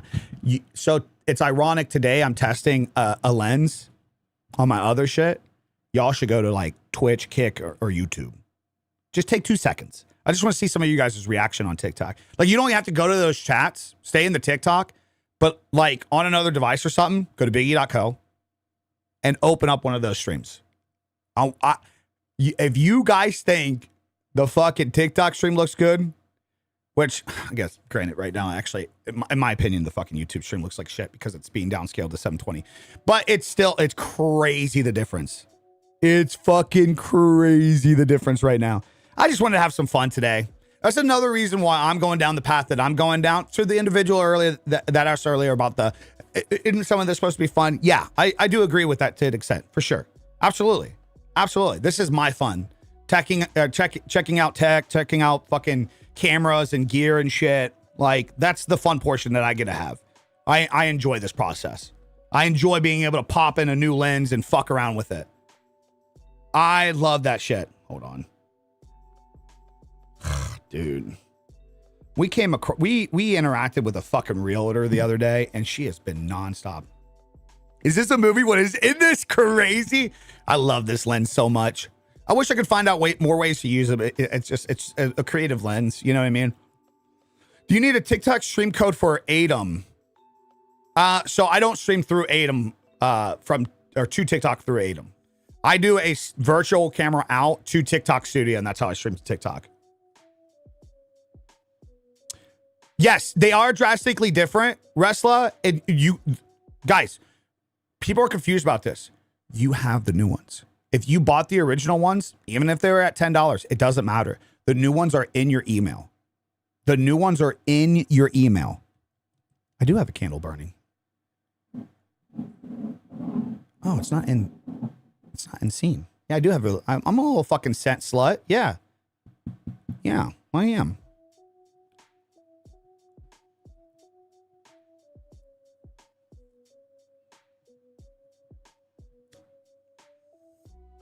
Yep. Yeah, I'm using the FX3 for horizontal, and I'm using the A75 for vertical. Are you a gaming streamer? No, dude. No, dude.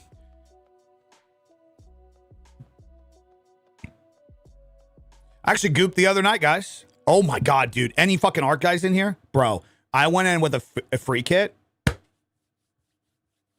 Scrapsy, what's up? I went in with a free kit the other day. Bro. I came out of a free kit raid with a fucking Bobcat. With a fucking Bobcat. And a whole bunch of other shit. I'm not that fucking, I don't know that much about art creators. All I know is I came out with the Bobcat, killed like two squads or some shit. What's the single with a bolt action gun in the game? The fuck is that called?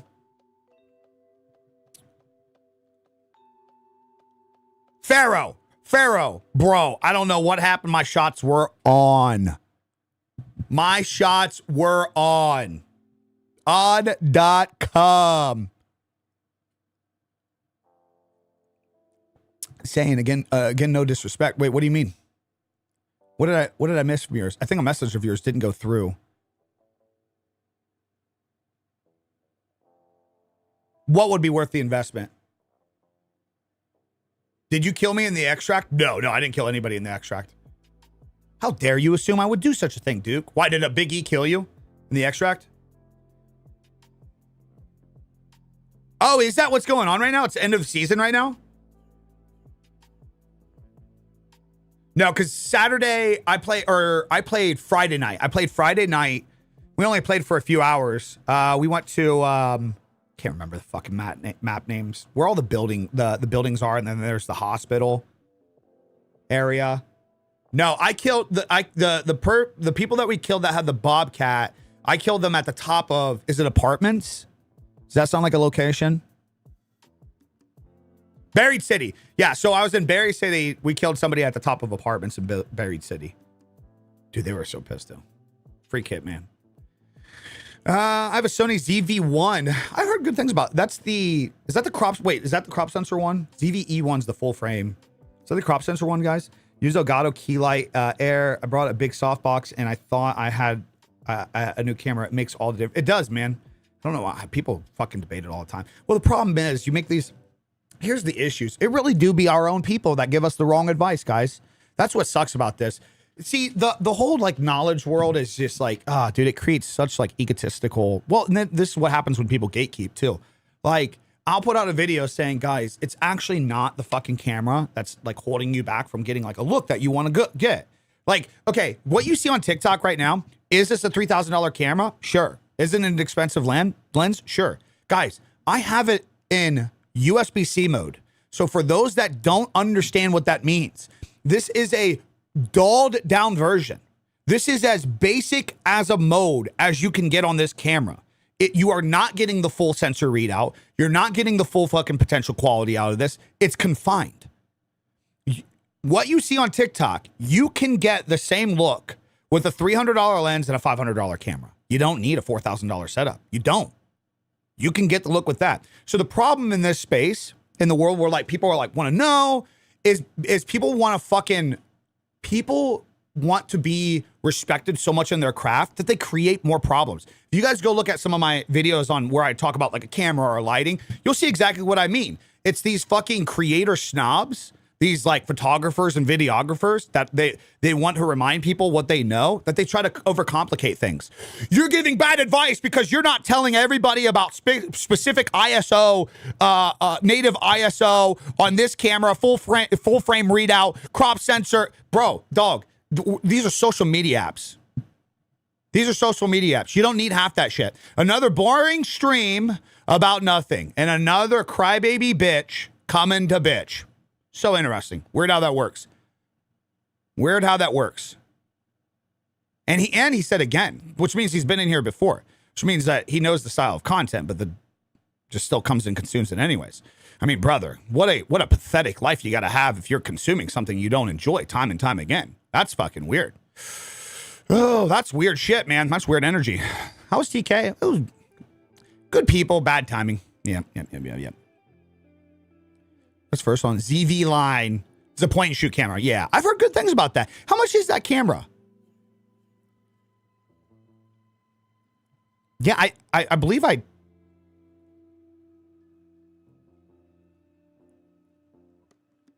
I'm seeing your message, but I even asked you. You said I just don't think it would be worth the investment, in my opinion. I don't know what you're talking about. I don't know what you're talking about.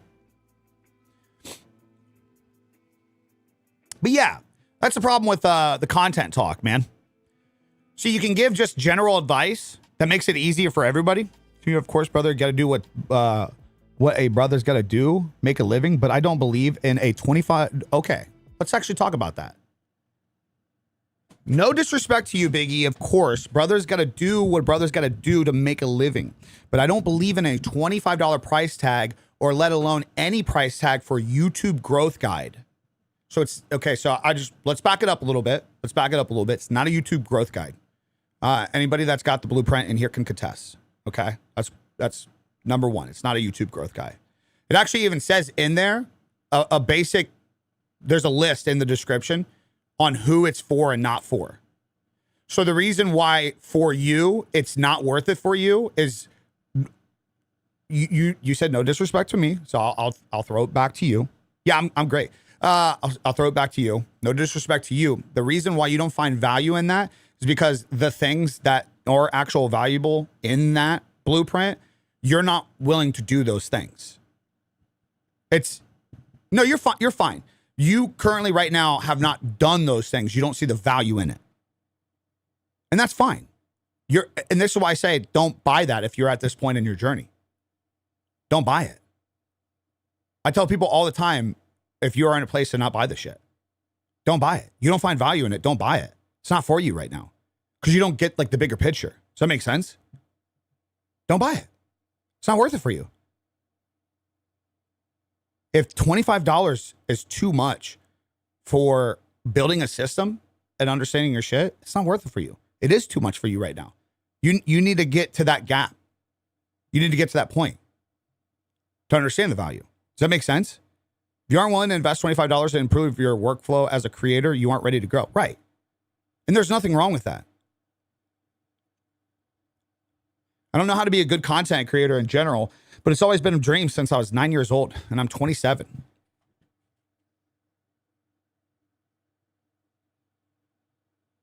Wait, what content was around when you were 9 years old?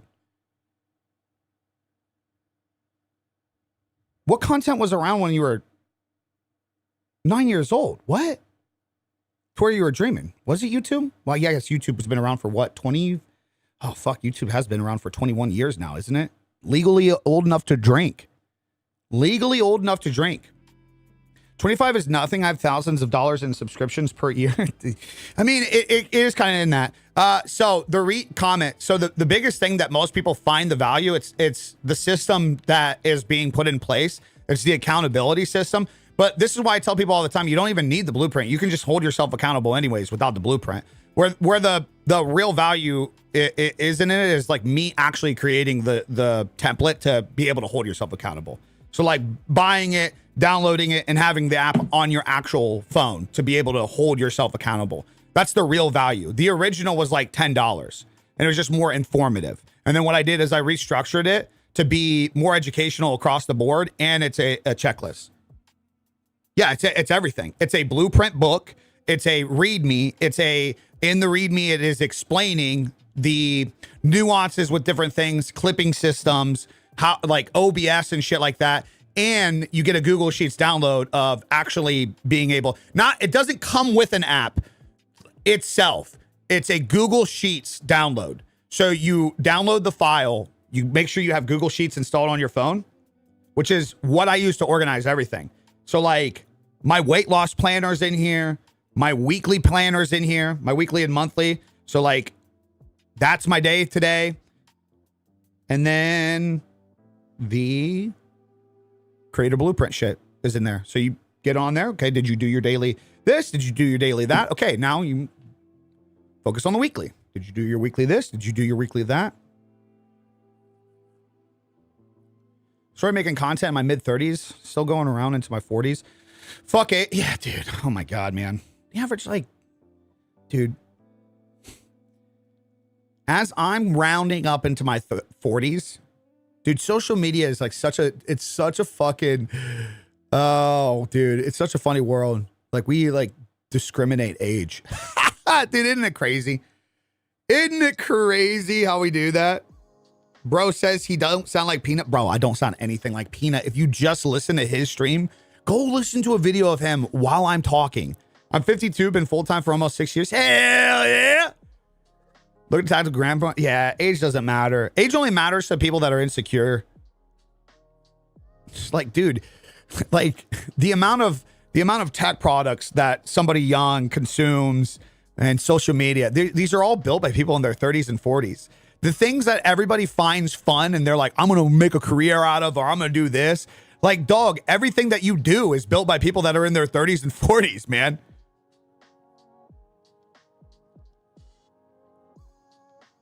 Where's the Google? Everything of mine is on my website. It's on my website, biggie.co.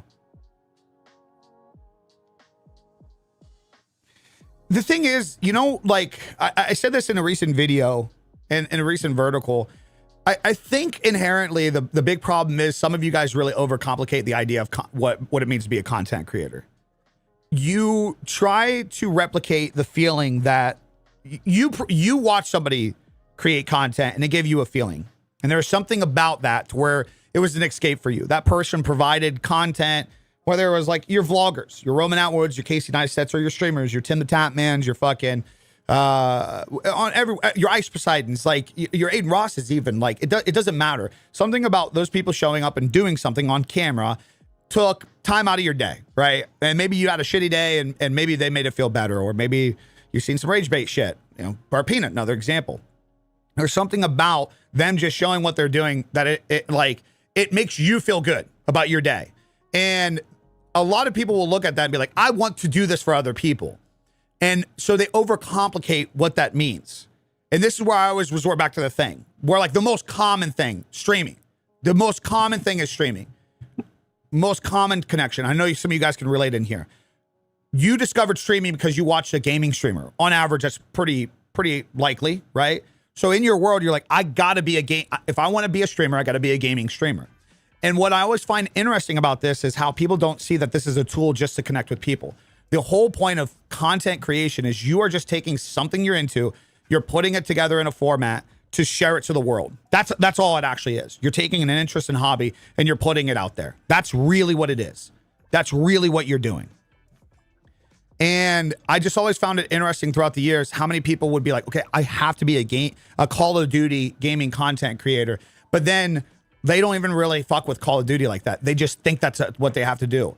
And then I asked them, well, what do you do on your, do you just love Call of Duty? And they're like, actually, I really love this. Whenever I'm stressed about stream or clocked out of work on Saturdays, I'll actually play this. I'm like, okay, well, that's your problem. You're not actually communicating with the potential audience of what you're actually into. You're doing something because you think it's the recipe you have to follow. Case in point of this is guys like I Am Rob or King Wolves. Like, we all started from the same worlds. We watched content creators that played Call of Duty. We tried to replicate those systems. We made Call of Duty content, and it wasn't just as fulfilling. And that's because guys like I Am Rob, on his downtime from playing Call of Duty, he would actually play story mode games. What did I Am Rob do? He started doing content around story mode games because his real passion was in there. And now he's bigger than he ever was. Dude is killing it. Killing it. Killing it. To help others with theirs, I think $25 is a steal. Appreciate that, big dog. Thank you, man. Plus, being socially awkward makes things hard. Yeah, it does. It does, because then you're really you really take criticism, and in an online world, you can't figure out the difference between constructive criticism and people just being assholes. You think I have the potential to be a GOAT? I don't know, man. I don't know what you do. I think 2 years ago, if you said that the biggest streamer in the world would be a guy VTubing as a peanut, P-tubing as a peanut, you'd say, yeah, you're smoking rocks. I don't know, man. I'm just autistic, dog. It makes everything hard. You're just a human being, man. Don't stress it. Stop beating yourself up. As a small-ass COD creator, there's never been a worse time to make COD content. Trust me. Yeah, and I mean, it's kind of double-edged sword. Some of y'all motherfuckers just love Call of Duty. Yeah, it really is true. The worst outcome is nothing comes from it, and you're just back to square one. Whoa! Oh my God, Ron. Appreciate the $5 chat. Brother, how would I know when it's a good time to reach out to brands? I feel like I'm not big enough, but I don't know what big enough would be for some brands. Brands will invest in people where there's value to be found. Period. My first brand deal, told this story 100,000 fucking times. I'm going to have to tell it all the time. It's a very inspirational story. My first brand deal, I was getting 200 views of YouTube video. That's why I laugh at the motherfucker. This is what, come on now, guys. Let's cook for a quick second. That's why I laugh at the motherfuckers that comment and are like, only this many viewers, you shouldn't be giving advice. My first brand deal was 20 fucking grand when I was averaging 200 views a video on YouTube. Before fucking TikTok blow up, before fucking all that shit. And I'm pretty upfront, and I discredited myself. I said, you guys know I don't get that many views, right? Like, I don't know how I'm going to provide the value for you in terms of views. And this was a big life lesson here. And they're like, we're not buying your audience in this. We're buying your content. We're buying the value that you provide in your content. Their words, not mine. They said, you do a great job when somebody is interested in something and you use a real product for your workflow, you are very passionate on how you tell it. And I am. I think it's so fucking crazy that we live in a day and age where you can buy products online and you could be your own podcast. You can be your own fucking videographer, photographer. We are in complete control now. There's no pigeonholing. There's no fucking gatekeeping anymore. It's all on us. It's all on us. And I just think there's something so fucking cool about that. I always said I didn't know what it was, but there was something about picking up a camera all the fucking time and learning how to create with it. So I vlogged every day in the middle of Ohio to fucking nobody. Nobody watched the videos and shit. But you know what happened? I got good at telling stories. And I got good with the camera. The value they were buying was not in the idea where you guys just immediately jumped to, which is, you got a following, we want to buy your audience. Sometimes brands buy your message.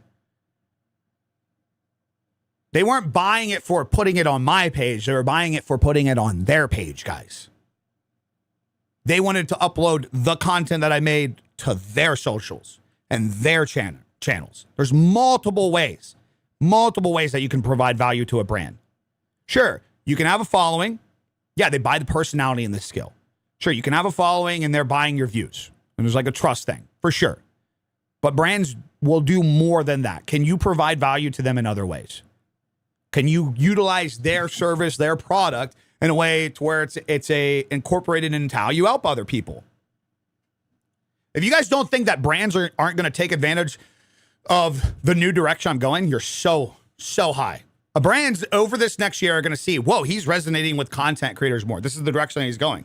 It may not be huge, but what's the big thing that I'm leaning on right now? Trust. Trust.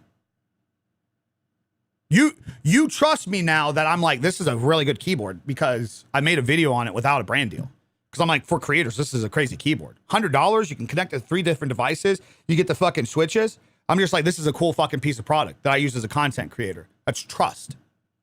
And over the next year, as we keep doing this shit, other brands are going to see some of these videos.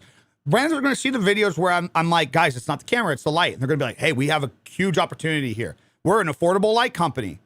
And instead of, like, we're not paying for his audience distribution on his channel. But now what we can do is we can be the middleman of a market that's not really being tapped in. I don't trust brands or sponsors, but I trust you. Right. I fucking manipulated you into. No, I'm just kidding. But you get the point being is, like, when you ask, like, how can you tell if you're big enough? It doesn't necessarily come down to size. What value can you provide to a brand? Can you provide value? Can you provide that value? If you feel like you can provide that value, I think you're ready to reach out to anybody you want. Also, too, like, okay, you reach out to some motherfuckers and they say no. It's like the person earlier that said, I have 100,000 followers and Logitech won't fuck with me. Okay, dude, what are you going to do this next week to put a video together to get their attention? Not through your followers, through your work, through your actions. What are you going to get if you're just like, I just love Logitech, which you shouldn't do. You shouldn't just tie yourself to a brand that immediately, but some people do, man. Some people do. Look at Jayhawk, man. That dude just loves Apple products, whether you like it or not. And he believes in the company. He believes in the product, and, like, he makes it a lot of his identity. So he did years of creating Apple product shit because he's passionate about Apple products. And year after year, Apple didn't fucking reach out to him. Apple even came to Chicago at one point, didn't even hit him up. And he was blowing up as a creator, didn't even hit him up. Guess what happened last year finally? Guess what happened? Apple reached out to him. Finally got to do an activation with Apple. They flew him out to California. He was a part of this big group. And he connected a different dot in that too. You know what I'm saying? I only want early review copies of my games. I don't even want money at this point. Until I make more salary, money is not an issue. Give me early review copies of games. Oh, I see what you're saying. Like, at this point, you don't even care about the brand deals. You just want, like, you want the creator connection. Yeah. Not fucking peanut, guys. Do you think a visually appealing backdrop is needed? I mean, that's super debatable, right? I do it because it's part of, like, my character. Like, I like the creative. Like, I don't put this together on the idea, like, dead ass. The first TikTok stream that I did, and even this stuff, like, what I got going on Kick, Twitch, and YouTube today, I didn't put it together today on the idea that it's going to generate tens of thousands of views today. It's not like a hook to, like, oh, well, me creating this backdrop is going to make the video do well. I did it for my nerdiness shit. Like, I love the creator aspect. I think it's cool that I got these products where I can make it look like a fucking movie type shit. You know what I mean? Doesn't necessarily mean it's gonna. I mean, it might elicit a good response, like, oh wow, this looks really good. This looks really good, cool. But, like, guys, how many times today have you guys seen people in these chats, whether you're whatever platform you're on, somebody says, "Oh, this looks sick," and then they just move on. And then they just move on. Larry, it's doing 720p today because I have a anamorphic lens. So this is like a cinematography lens, if you would. This is like what they use in movies like John Wick and whatnot. It's what creates so it does this. I'll show you this. This is how you create these.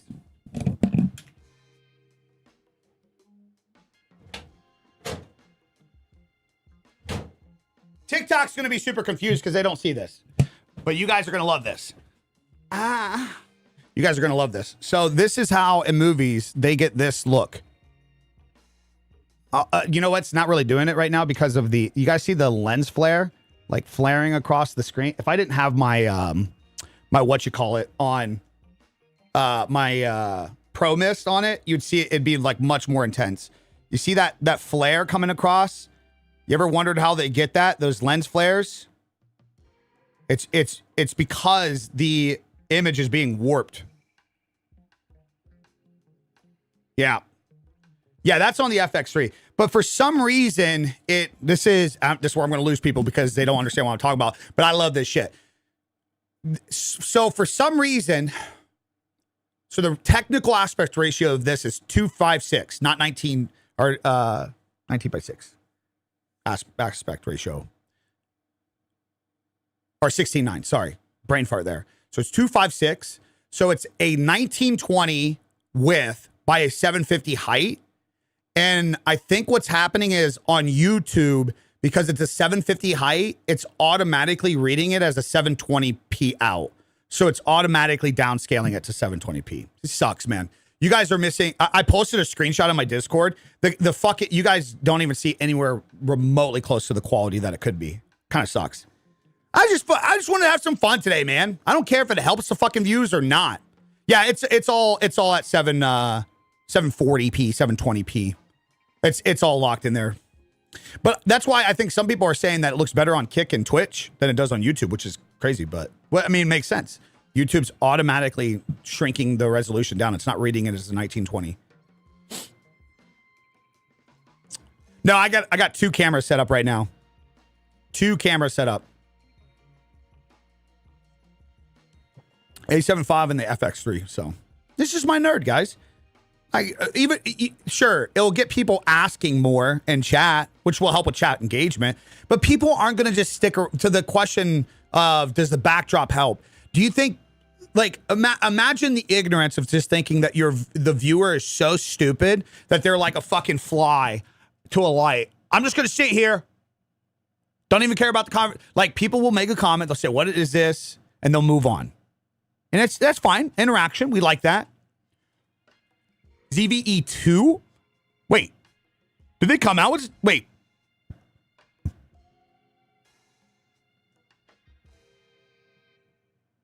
I thought... Isn't the ZVE1 the A7S3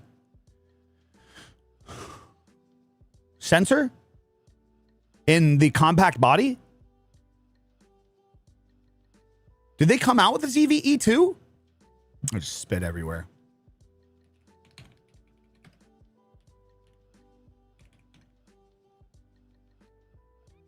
Oh, the ZVE10 2. Sorry. Yeah, okay. That makes sense. That makes sense. Okay. Yeah. There's no Mark II. Gotcha. That makes more sense. Which one is the ZV? Is that the crop sensor with the interchangeable lens? Yeah, that's AS. Yeah, it's a good camera, man. That's a good camera. See, what I'm saying is you could take that camera. That's $1,000 it looks like it's going for. You could get a Sigma lens for a few $100s, and you could get the look that I got with that. You could get the look that I got just from that. Yeah. No, man, I think it'd be great, man. I think it'd be great. Oh, my guy. You know how you always talk about your ride or die crew? I think I can consider myself among the 1% since I'm always watching fully your streams and vids. I appreciate that, man. Thank you, dude. Thank you, dude. That means a lot. Yeah, I mean, at the end of the day, guys, you can make videos that get traffic. Some videos can blow up. Some of these streams can generate more conversation because of this reaction, that reaction. It sounds like a sales pitch, but I'm just telling you the honesty. I don't care about I'm not trying to get thousands of people. I'm just not, dude. I'm just not there anymore. I just don't care. I'm not trying to get thousands of live viewers and a million views every single video. I'm not chasing that. I'm not chasing a fucking Casey Neistat run or a Roman Atwood run or fucking Tim the Tapman shit. I'm just not. I'm taking the years of experience that I had. I'm seeking my own fulfillment on the idea of giving back to other people, both in free and creating products to obviously monetize myself as a fucking creator. And the end game is to build something way bigger than me at this point. That's the whole end result. Like, obviously I got some goals and stuff I don't really care to share with you guys. But for me, my end game is, okay, whatever. We have brand Big E. that you guys see who I am. That's just been my nickname for years. So I'm sharing the shit that I love. End result, you will see me over the next year or two build something bigger than me. And it will be a step in the direction to move away to where I don't put myself on camera. And hopefully those things become successful enough to where it creates the future of whatever I want to do. Does that make sense? I've had my time in. I monetized off of like the entertainment aspect of it. I've had the years of like the good shit. I am now in my, let's build something bigger than me. Like at this point, it's irrelevant, man, irrelevant. Yeah, it does. I just had that happen yesterday, man. I thought yesterday's video was going to cook, brother. I thought yesterday's video was going to cook. I'm like, this is interesting. I'm trying something new. Guys, it is literally 2 minutes and 22 seconds. I don't know if you guys watched yesterday's video on YouTube. It is 2 minutes and 22 seconds of just pure, from start to finish, 5 fucking things that drastically have helped me as a creator. Focusing on those 5 things. Five creative workflow hacks in 2 minutes and 23 seconds. I was like, dude, this is punchy. It's quick. It's easy to digest. I was like, I bet it does well. Flopped, man. Flopped. Guess what? On to the fucking next, dude. On to the next one. And what's ironic about, I just talked about this in Discord. See, these are the things that we talk about. I just talked about last week in stream, how some of the things that you put more attention into, they'll do the worst. And then some of those things you just fucking wing, they'll do better. Case in point, in this last week of uploads, I put out, I vlog a weekly series. What up, Link? What's up, Poppy? I miss you. So I vlog a weekly series of going down the journey that I'm doing. I'm not burnt peanut. I vlog a weekly series of what I'm, like, this direction I'm going. It's not for virality. It's not for big people to like or whatever. It's for me and my community. It's just a, let me bring you into a week of this process. These videos don't typically do the best because it's changing a clear path and direction and putting together a good video. And it's just like bringing you guys behind the scenes. I'm just fucking with you, Dan. It's bringing you guys behind the scenes, right? It's a little something for me and a little something for you. This last week, I had 2 videos that I put out, right? Within a week time frame. Video number 1, I'm like, this is going to do horrible. Retention's going to be bad. Nobody's really going to care. It's not going to be video performative. It's just going to be me sitting down, raw update for the week. Here's what I learned after uploading every day for 50 days. That's the video. I posted every day for 50 days. Here's what I learned. Guys, there's no scene transitions. There's no zooms. There's no pans. There's no edits. There's no overlays. There's no production value to it whatsoever. It's just me, sit down. That fucking video is performing better right now than some of the recent videos on the channel. 75% of people have stayed within the first 30 seconds. It's got an average view time of 55% staying in the course of the video. So, like, this is why I talk about where people don't pay attention to analytics. Those are good analytics. Good analytics to have. If you can make a video 8 minutes, 20 minutes, 30 minutes in frame, and you could keep people like 68% or more in the first 30 seconds, you have a good hook. Your video has started well. That's good indicator. Okay, whatever you did there, good. Very good. Good job. If you can keep 40% retention, people staying at least 40% or more of the duration of the video, also good video. Your storytelling was good. You got people to stay through the hook, and they actually stayed for a large portion of the video. Now, as the video gets pushed, that goes down a little bit. Click-through rate goes down. But these are analytics that you track to say, did I produce a good video? The video I put out last week that I was like, this is just not going to do well, performing better than so many of the recent videos. I was like, this is not going to do well. The video I put out yesterday, I was like, oh, this is very well put together. You guys will see. I put a vertical version out as well. But like, if you go watch that video, you'll see what I mean.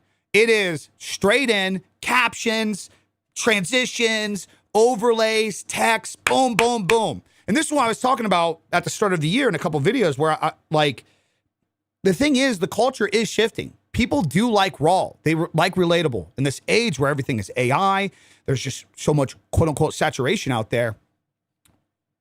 People are tired of the, hey, fucking viewer, let me dopamine rush you. And people like, I know some of you guys are resonating with this as viewers. I guarantee over the last year, there's been people that you discovered where it's slowed down. You're getting out of the Mr. Beastification shit, where it's just taking advantage of your dopamine, go, go, go.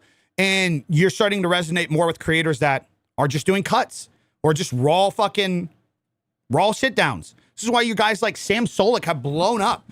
Dude, Sam Solik was a prime example. This guy went all in the era where everything was over edited, punchy. This dude blew up just fucking recording daily vlogs of him fucking lifting weights. Blew up. Just raw personality, just being himself, no over editing, just bringing you into his life. There's a reason for it, man. Viewers are tired of it. Creators are tired of it. Authenticity is winning more and more. I know you guys hear that all the fucking time from like the guru side of things. Authenticity, be more authentic this year. Like nobody knows what that really means until you just show up and you start resonating with a small group of people. And then that group can get bigger in different areas. I just think with what we do, we're capped. What I've learned over the years, back when I did tutorials on graphic design and I documented like being a graphic designer and the photographer and videographer, tried to do like the videos being helpful. What happens if you get chargebacks, how to come up with new ideas, how to get out of creator blocks, how to build a hand cam for your fucking stream, shit like that. What I learned over the years is with what I do, a lot of people, they come to find the thing that they need and they get out. And that's fine. I can't expect somebody that wants to learn better lighting to also want to learn how to sell products or shit like that. I can't expect it to always funnel over.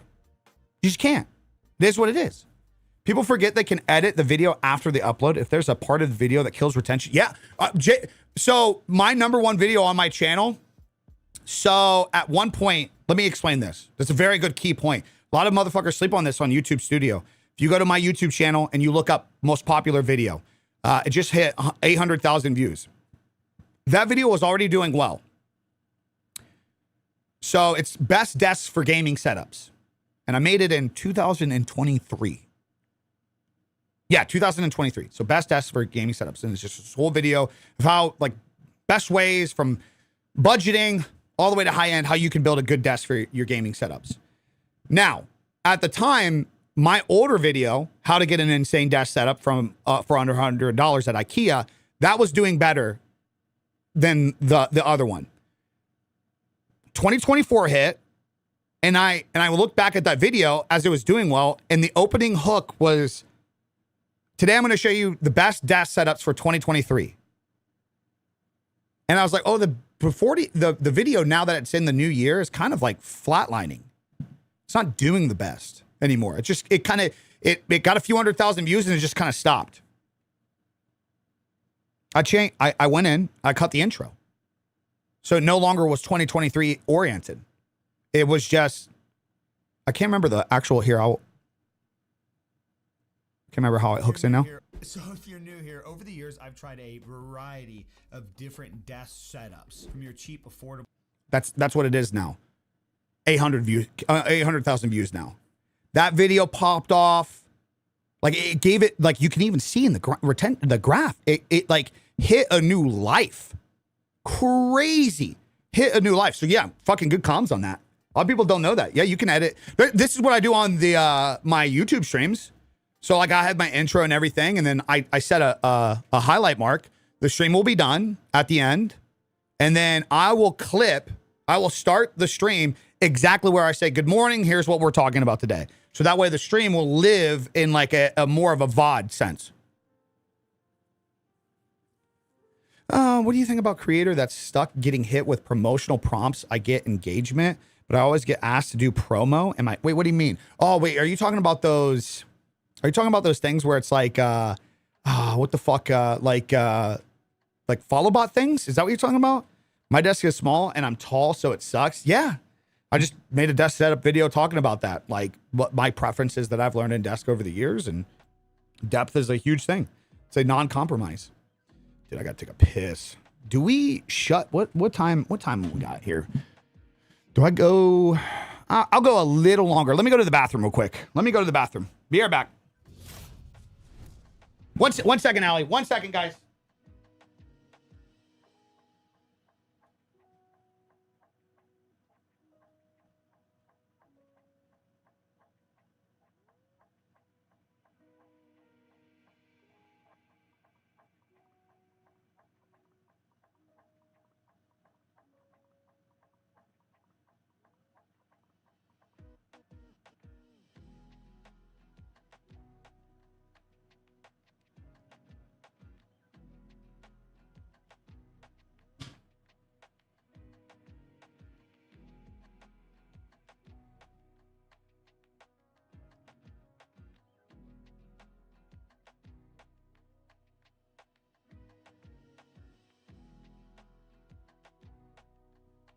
Alrighty.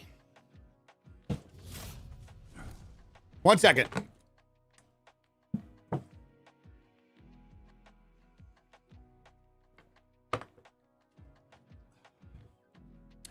Thank you, Anonymous. Appreciate you. All right. What are 5 tips you give to a new streamer?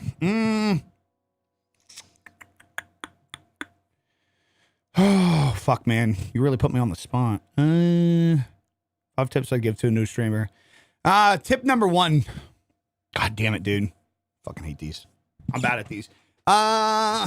Tip number 1, don't make a separation between content creator and streamer. I think that's one thing that we do wrong in this industry, in this world. You're a content creator. Live streaming is just a form of content. Like, I'm a content creator at the end of the day. This is my job. This is what I do. I create content. You're just taking in a live, it's a tool. You're taking in the live format of my content. This is just the live discussion. You know, case in point in this is like we over stress the separation between the two. Like, what would you call Joe Rogan, right? What everybody, like, seriously, I'm asking a question. What would you consider Joe Rogan to be? Podcaster, content creator, celebrity, these like fucking titles. A podcaster, content creator, an entertainer, right? These are just titles that we're making. Has anybody thought of how crazy it is that one pivotal part to his entire career was he was a live streamer? Have you guys ever thought about that? Did you? What's up, T? What's up, baby? Have you guys ever thought about that? Guys, he live streamed? Yes. His podcast blew up on YouTube because every one of his episodes through the growth years, obviously he had good conversation and stuff, and he was just a different direction that we were used to. Every one of his live streams or every one of his podcasts was live streamed. You watched them live. He took, as an entertainer, as a podcast, as a content creator, as an entrepreneur, he utilized live streams. And to say that they weren't a pivotal part to his fucking career would be ignorant. It'd be discrediting the tool of live streaming. It just would be. He was still live doing those streams. People found value in that. They knew they could go to his page, and it was a connection where they're like, fuck, he's doing this now. He's doing it live. That's why Jamie is so fucking good. You know, he specifically hired Jamie because Jamie won some kind of like search result contest. He was so fast, like some Google, like how fast he could search things up and get to like an actual answer. Apparently that's a real thing. That's why he hired Jamie. So that way in the moments, Jamie could control everything, could switch the scenes, and they could find information like that. So tip number 1 is I think we overcomplicate in streaming the difference of streaming versus content creator. And I think it's good to understand that, because when you start creating the differences, you're like, I'm only good at streaming. I'm not good at content creation. Then I think you devalue that you're just a content creator in general. You know what I mean? So that's tip number 1. You're a content creator. Stop overcomplicating the titles. You are creative. You're a creator. Number 2, trying to think of like level of importance. Stream what you would play on a Saturday by yourself. Like with no end result. Again, kind of what we talked about earlier. This is where people go wrong. They think streamer, Call of Duty. That's what they make the connection. So they got to stream Call of Duty. But like for some people, I'd say, okay, if you had your you time in the morning, we're like, man, if you had a buddy where you could just talk about this thing for hours, this hobby of yours, like what would you do on a Saturday when you're off work, when you're not worried about social media growth? What would you do for you? And they're like, oh, I'd go work on my car. I'd go play guitar. Oh, I wouldn't play Call of Duty. I'd go play fucking Arc Raiders. So that's where I really have fun. Okay, so why are you trying to grow a following in something that you don't genuinely fucking like? What are you doing, man? What are you doing? Some of you guys are not going to be gaming streamers. Some of you guys are going to, guys, am I a gaming streamer right now? But I'm streaming. Can you tell that I want to be here? I fucking hope so. I would take a call on a Saturday morning and help somebody else with their content. I do it all the time. I get in calls every fucking week with content creators and brand, like managers of brands, CEOs of a couple companies where we'll just talk shop, dude. I love this shit. Oh, did you see so-and-so's doing this? Did you see this? See this is happening here? Good, give me your number. Get the fuck out of here. Not in a million years. But you get what I'm saying? So tip number 2 would be, do something you would do without viewers. Because then you're not so fucking reliant on trying to get the viewers. Number 3, understand that algorithms are audiences, not just a fucking metric to give you something for showing up. It's not owed to you. Actually, number 3, it's not owed to you. That's tip number 3. It's not owed to you. Like, guys, let's be real. Sure, the stream looks good. We're not really doing... It's always a debate because you get to the what's harder, 9 to 5 or streaming fucking debates. I can tell you right now, physically demanding, my previous job was way worse than what I'm doing right now. I'm not doing anything too crazy. Not doing anything too crazy. None of this is owed to me. None of this is owed to you. Oh, I posted a video on TikTok. I went live on Twitch. Why does it do anything? It's not owed to you. You gotta look inward a little bit. That's why it is important that you follow the first 2. Because you're going to be creating a conversation for people. Yeah, every job has its ups and downs. Exactly. Bingo. So once you understand that it's not owed to you, then number 4 would be you should focus on your audience. And once you understand that the platforms, TikTok, YouTube, are built, the algorithms are not just these random generators to give you love. What the fuck is going on TikTok right now? What are those things? I'm getting diamonds on TikTok. Those better be worth $1 million. Appreciate you trying hard, Peril. Thank you. God damn it. Where was I at on that? Oh yeah. Once you understand that these platforms with algorithms are built around this idea that you're basically going to the platform and saying, hey, I'd like to talk to people about this because I'm into this thing.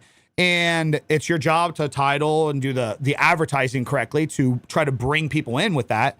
Then when people do show up, instead of it just being an idea of like, oh, I got a viewer, how do I harness this? It's like, well, that's your audience. You've built this connection of you're doing this thing, you're streaming this thing. So resonate with them, man. Talk to them about the shit. It's clearly obvious that I am into this shit. I'm talking to you guys about this shit. Good shit. Editing prior year videos is something I've never thought of. We usually have to remake them. Wait, Matt! Is that Matt? Matt, I got your email response. Green light. You definitely somebody that I think we could talk. I'll be getting hold of you after stream. Sorry, side quest there. Side quests. I remembered the name. Look forward to talking to you, brother. Look forward to talking to you. I looked at a couple things. Yeah, I definitely think you can optimize some shit. Yeah, I got you, man. I got you. But okay, so that was tip number 4, right? Tip number 5.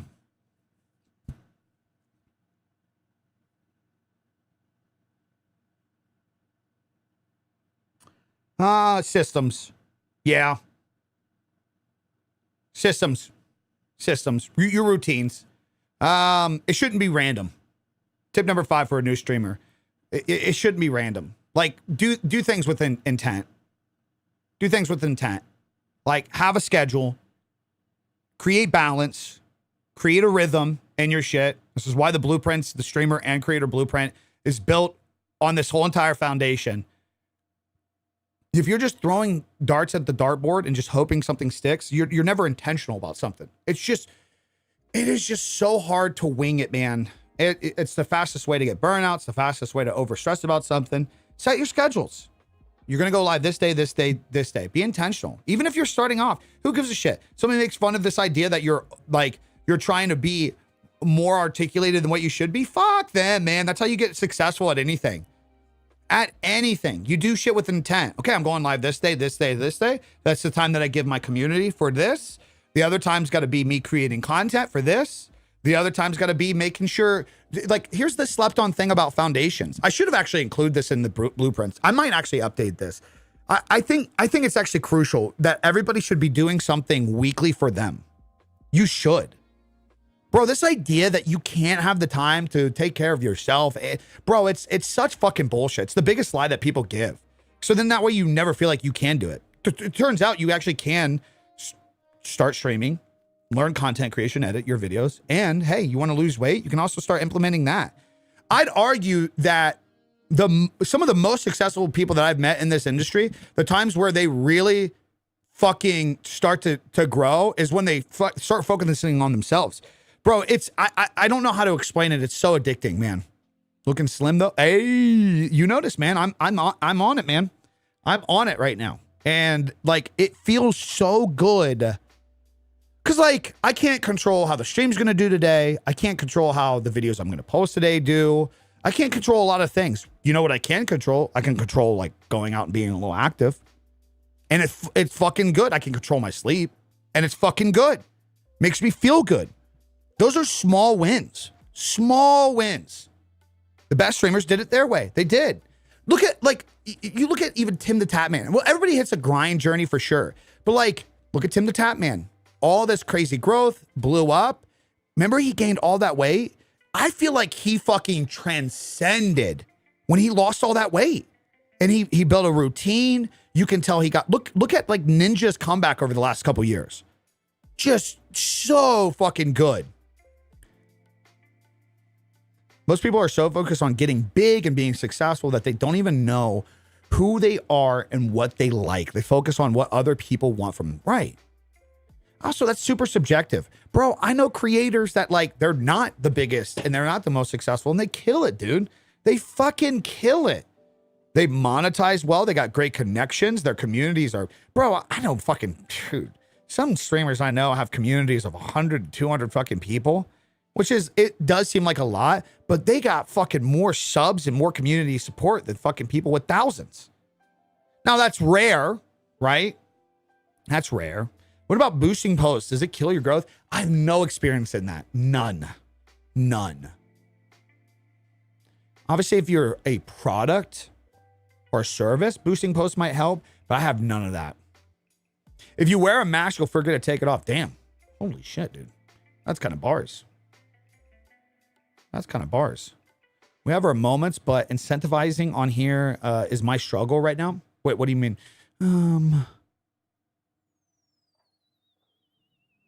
So I'm off to a good start. When does the awkwardness go away? Talking to a camera? Oh, it never goes away. I wish I could tell you some other way. You get better at just doing it. Like, I just don't care. Like I've said multiple times, there's two cynical things that I look at. I know this is where it always turns dark, but like, number one, I'm going to get old. I'm going to die. Like, it's just, that's reality. That's the only thing that's literally guaranteed. Me and you got that in common. There's a lot of things that we might not have in common. One thing that we got in common is we got lucky enough to have an opportunity to be here. If we have good health, we're even luckier than a lot of other people. If we grew up in an area, a part of the world where we have opportunities, we're even luckier than lucky, right? So we got that in common. The other thing we have in common, we're going to die someday, regardless. Dude, like, you're going to die. The people that criticize you are going to die. The people that fucking hate on you are going to die. Everybody's going to die. Like, that is actually reality. It really fucking is. It's just hard to fucking really, really care and not like, not talk to y'all like, you know what I mean? Because like, it's just going to happen. So I might as well just do it while I'm here. And also too, I had a kid as well. I don't care as much anymore if I embarrass myself in front of somebody. Because my kid likes me no matter what, baby. Y'all can say whatever you want, man. Y'all can say whatever you want. You guys, some of y'all fucking weird motherfuckers on the internet even say some weird shit about my kid. Now I'll just ban you in chat. And guess what? At the end of the day, my kid's going to come home happy as fuck to see me. Doesn't matter what you actually think or how much I embarrassed myself. Said the wrong thing on stream or fucking had a bad video flop. That kid's going to love me no matter what. There's kind of a power in that. You might not have that. But that's just something that I have. Yeah, I don't know. The awkwardness never goes away. It's still always like to this day, I'm like, okay, you know, here we go. Gonna do the thing. But it just becomes like the more reps you get in, the more natural you get. You know what I mean? Thank you, Hellbag. Right back at you. Men die, cattle die. You yourself will also die. One thing now that never dies is the fame of dead man's deeds. Oh my God, bars. You want all followers or followers you would hang out with in person? That right there. That's what I always say. Right on, brother. Right on. Right on. That's exactly what I'd say. Brother, if I can't talk to you like you're a homie, if I can't talk to you like you're a homie, I don't think you're going to like being a viewer. Rep since yeah. Also being asked for a Discord link. I have regular 6 viewers. Should I be making one already? I mean, that's subjective. I don't know if you're going to give your ID to the Discord update. I mean, I got a Discord. Yeah. I got a Discord. So I think I think you can easily grow a following without having a Discord. That might be a hot take. Might be a hot take, but I think you can. I don't think Discord's that crucial. I use it to just try to be closer. I like when I'm building, but I don't think it's that important. So if you're stressed about it, I wouldn't stress too much about it. It opens up another can of worms too. Vicky just got the Sigma 16 1.4 in his gorgeous. Dude, isn't it sick? Isn't it sick? If you had a Discord for a long time, you shouldn't have to load your ID. Yeah, I don't know much about it. I'm going to just end up doing it anyways. But yeah, Discord is helpful, but there's definitely other ways to build a community. 100%. Yeah, that's what I'm treating my Discord as. I cleared out like a couple thousand people or something at one point, and it's just my place where I treat it like a fucking. Here's what I always say. Somebody will be like, "Hey, Biggie, can I DM you?" And I'll be like, "No, you can't." Like, if you can't talk to me in Discord with other people, what you think I got to talk to you about is way too personal, and we don't have that kind of connection. Does that make sense? Discord is my DM.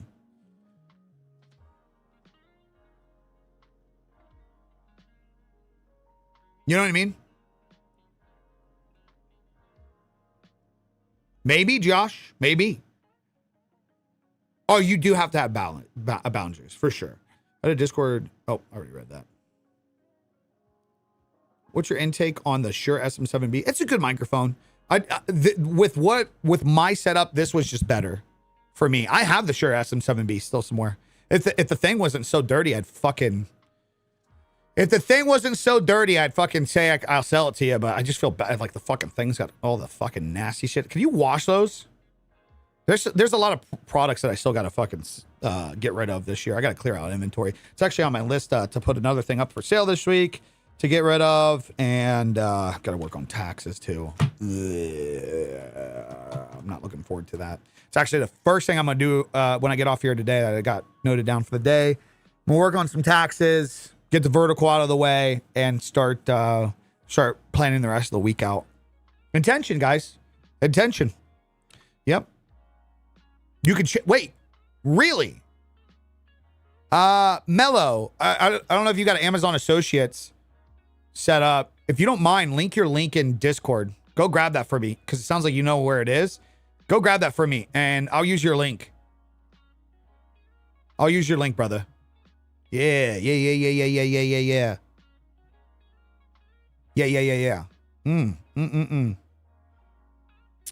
Okay. Get rid of this, because we'll be doing that here in a second.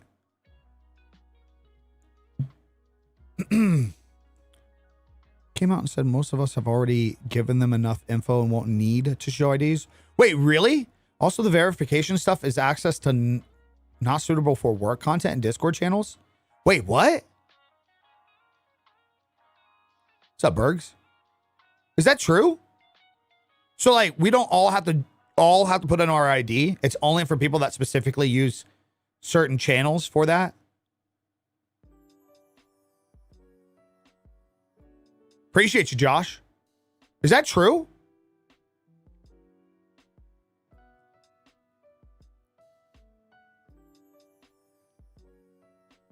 Air compression is not a bad idea. I mean, the thing is just so nasty to me.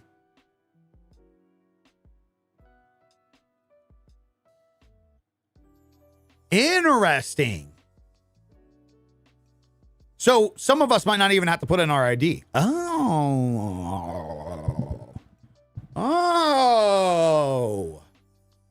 Well, I mean, and then a lot of us don't have to worry. Well, I don't have a not suitable for work section in my in my Discord. I get enough fucking dick pics from you guys anyway, so I don't need a section where I invite that. So anyone marked the server as adult, verify ID. Gotcha. How do I know if my server's marked as an adult? Here, I'm gonna do that. Yeah, you guys want to get that shit, you just go to my OnlyFans. Let me actually text my boy, Deadly. He's the one who actually put see, and this is what I'm talking about. Man, some of you guys are sleeping on, dude, you know how many of you guys know how to optimize OBS or set up a Discord server? You guys could be selling those services. I paid somebody to set up my Discord. Paid somebody to set up my entire Discord. Yeah. 1 second. Hey, is my server marked as adult? Chat is telling me I don't have to do the ID stuff. It isn't. Like, this guy knows Discord in and out. Should I be outsourcing my Golex XLR? Oh, I've been doing this for 11 years, and I've never once had a Go XLR. So I guess the bigger question is, do you feel like the Go XLR is that fucking important to what you do that you have to stick with a product that's dead? You know what I mean?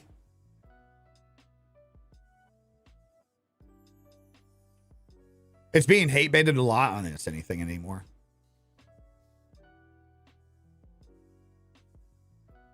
Okay, he said it's not.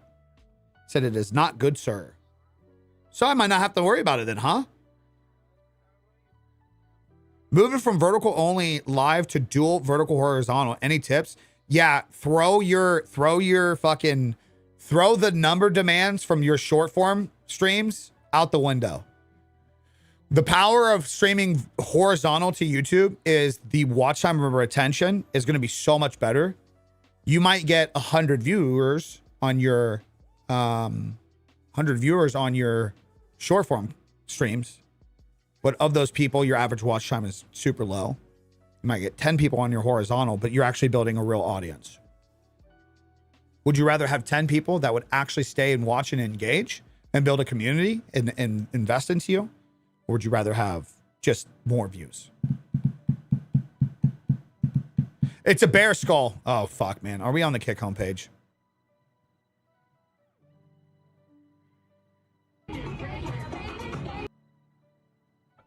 We're not. Where the fuck are these people coming from? What is this? What is this? I don't know why it does this. Sexiest man on the internet. What's up, Poppy? Where do these people just randomly come from? The like spam bots. Random question. Do you deal with these bot copy pasters that come in stream and put W stream and a few emotes and they themselves are live? Yes, I do every day. It's, you are on front page for a while now? You are still there? What the hell? It didn't just show me there now. Are you talking about like, am I on the front page? So when I say front page, God damn it. When I say front page, what I mean, God damn it, dude, fucking kicks. What I mean is the top carousel. That's where like the degenerate people come in. Yeah, and it looks like we're not there. You're talking about we're in the just chatting section. Aren't you? Yeah. No, the recommended is the top carousel. I think everything else is just like, well, I guess, is that a recommended too? I don't know. Anyways, I specifically told them, yeah, but down the line, not in that top bar, right? An area, right? Not in the top bar, the carousel.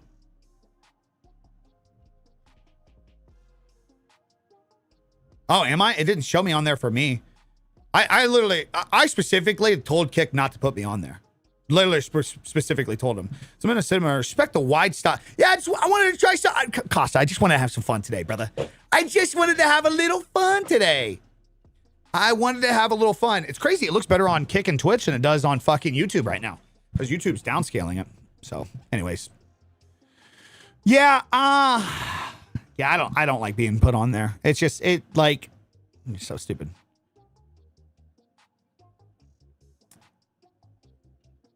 I used to work in movie set photography, so this shit. Wait, really?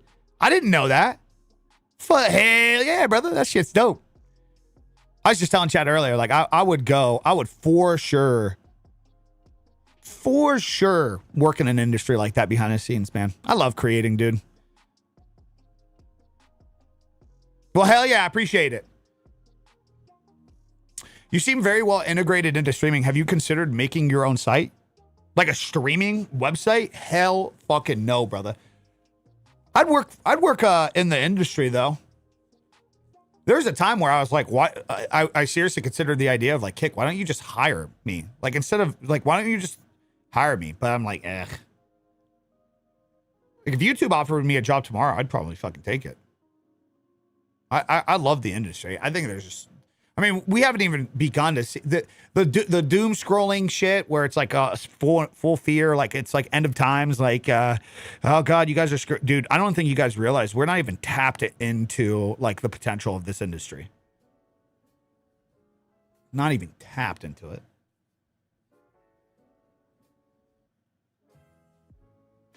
Yeah, I like it. It's fun. It's just fun. Shut up, Johnny. And we can watch just you and only you there. Yeah, you're talking about like me owning my stream, like having it on my site and just streaming there.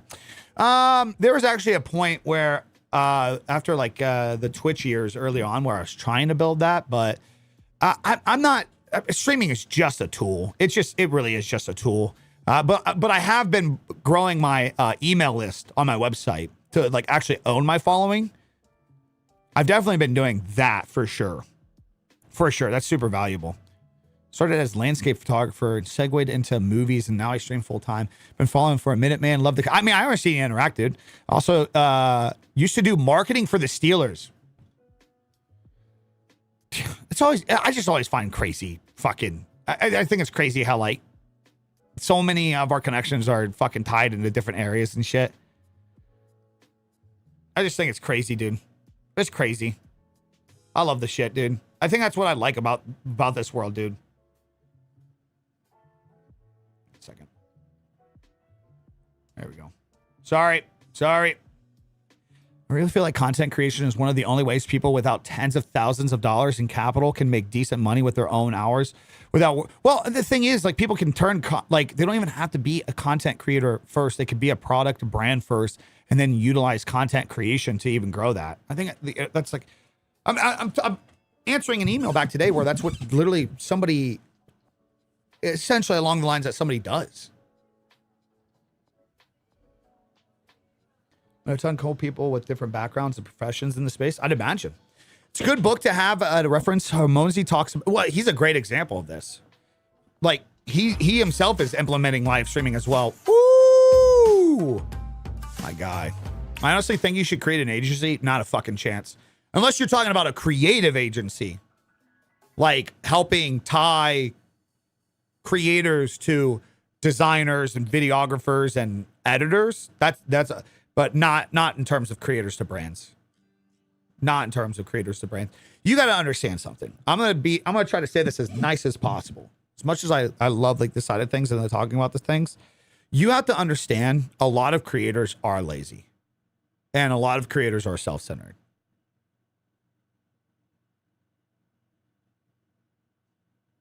They are. Even your active ones, the ones that you guys look up to. I was just having a conversation about this. So somebody that I helped turn them into managing creators over the years, they just talked about a big gaming creator that they worked with. And I was like, oh, how was it like working with this person? And I actually expected them to say, oh, really good. Because this person, their brand appears to be very well. They appear to be very nice and organized and on time. And then he's like, oh, it was a disaster working with them. Everything that you see on screen is not like how he's like behind the screen. He is last minute on stuff. He's indecisive. And like, that is the reality. That is the reality. On paper, it sounds nice. This idea like, oh, let's just like work with a whole bunch of creators to help them build XYZ. Like, there's so many just negatives where it's just like, it's annoying. I would much rather just make a personal connection with somebody and tie them instead of publicly advertise it to where anybody can get involved. So like, that's what I was doing to an extent before. Not even to an extent. It's exactly what I was doing. A creator came to me with his problems. He's like, I don't feel like we're creating the content we should. This is what I'm paying everybody. This is what I'm doing. I'm like, okay, well, you have a problem. You're paying like fucking 20 people to do 20 different things.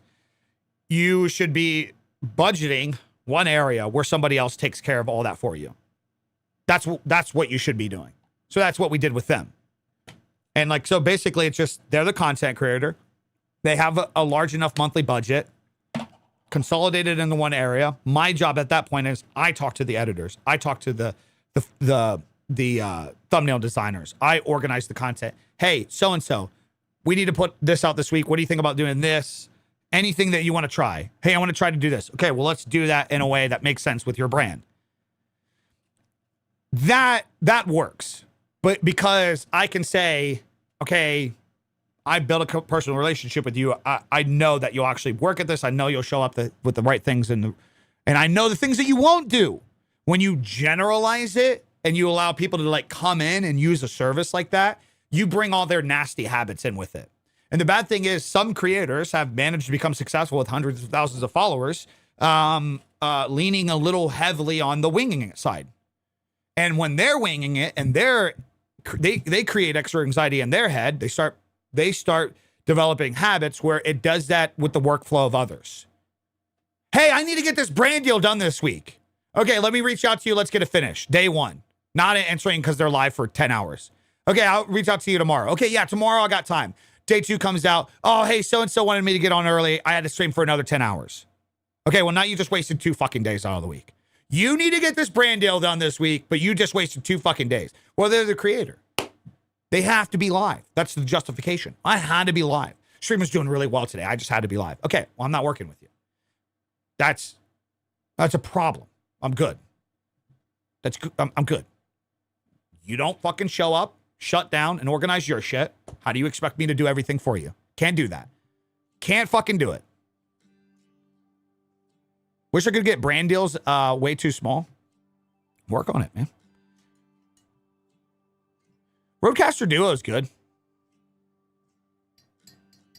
No, it's not hard. It's not hard. No, but it's like in the world of streaming specifically, people justify because they make revenue while they're live. It just, you know how fast it will turn into, hey, we got to get something done by Wednesday. I'm going to go live Monday and Tuesday at 5 p.m. and I'm only going to stream a few hours. And then, so like the rest of the day, we'll communicate, we'll work on stuff. Streamers justify this all the time. Like, I went live a little earlier today. Instead of going live at 5, like we said, I went live at 3 because they got more hours in and they wanted to stream longer that day. That's completely fine. Well, now you just threw the whole thing for a wrench. You just lost. Like if we could have gotten shit done from 1 to 4, you just took time away from that. Now we can't do that. So now you're putting us behind schedule. Streaming is like one of the most justified ways of. So I guess to answer your question, I could start something where we work with some, like a handful, but it can't be open invite. It'd have to be like, what do you do? What do we, so it's like, I could never just do a public thing.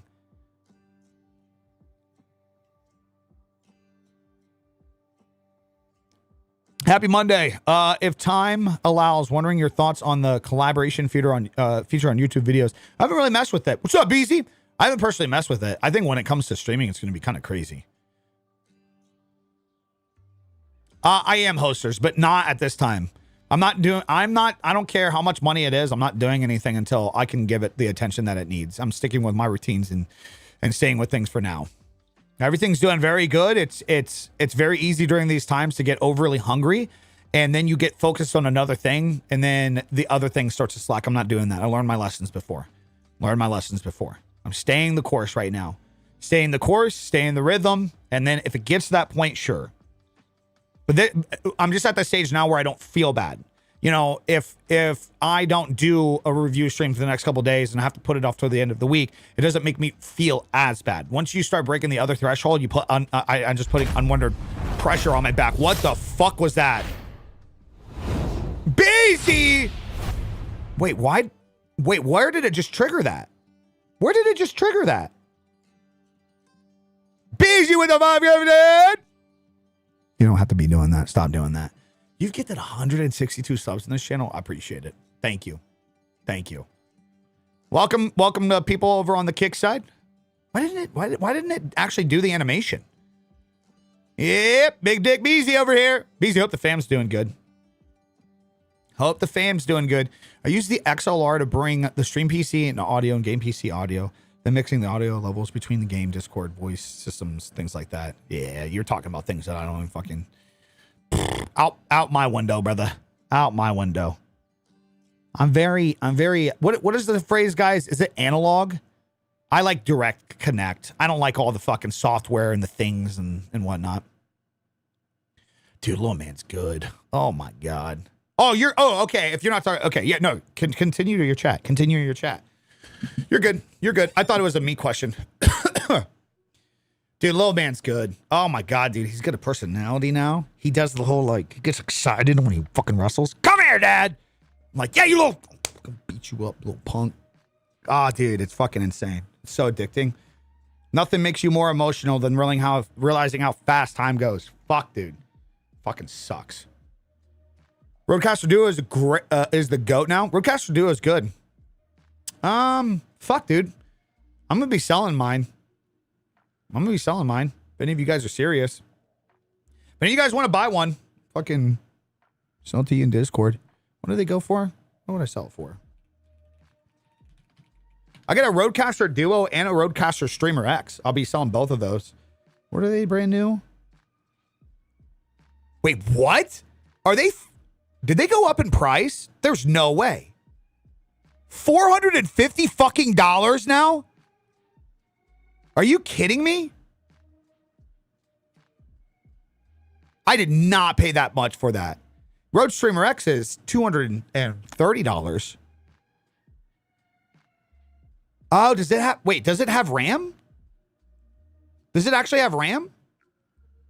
Well, fuck, I'll sell it to one of you guys for like just a few hundred. Let me know if anybody wants to save $150. $300. You pay for shipping, it's yours. It's yours. Be in the States. Be in the States.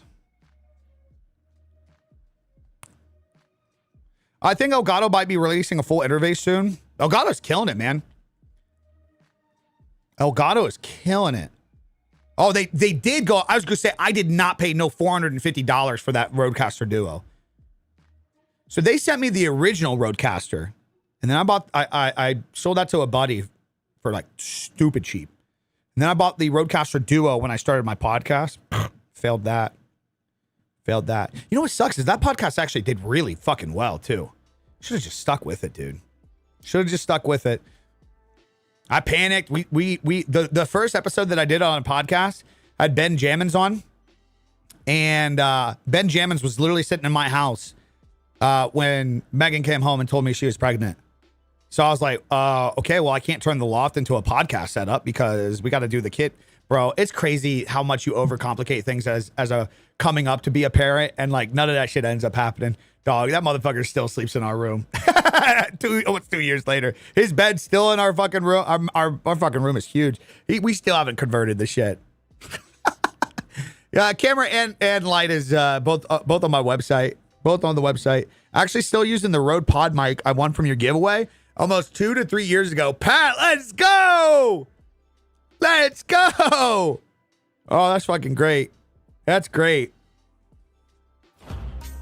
Oh, fuck, man. That's an insane super chat. Fucking Beezy with the subs, and then you... Come on, guys. You ain't gotta be doing that. Jesus fucking Christ.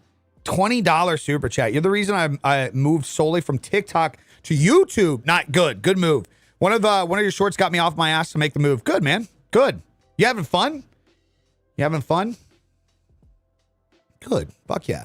Still using the only thing I didn't like about the Rode Pod mics is they got that mesh on the top, and like over time that starts to wear. As like it gets dirty and you clean it, the mesh starts to wear. So there's no resell in the Rode Pod mics. I can't sell them. So now I have 2 Rode Pod mics sitting around. You know what I really should do? What I really should do is I should move out to Texas. Okay. I should take the Roadcaster Duo. Okay. I should take both those Rode mics. put a cover on them, and I should actually fucking launch a successful goddamn podcast and actually stick with. That's what I fucking should do. That's what I fucking should do. I should stop being fucking lazy, and I should do that. It's just so stupid. Why am I not doing it? All part of the process, guys. Little objectives first. Big picture can come later. It's not an adapter. It's just the Wave XLR. Yeah, I feel like Elgato's going to come out with a new mic soon, too. Well, no, that's why I stopped doing it. I stopped drinking, brother. Can't call them a beer or 3 with Big E if I'm not drinking. You know what I mean?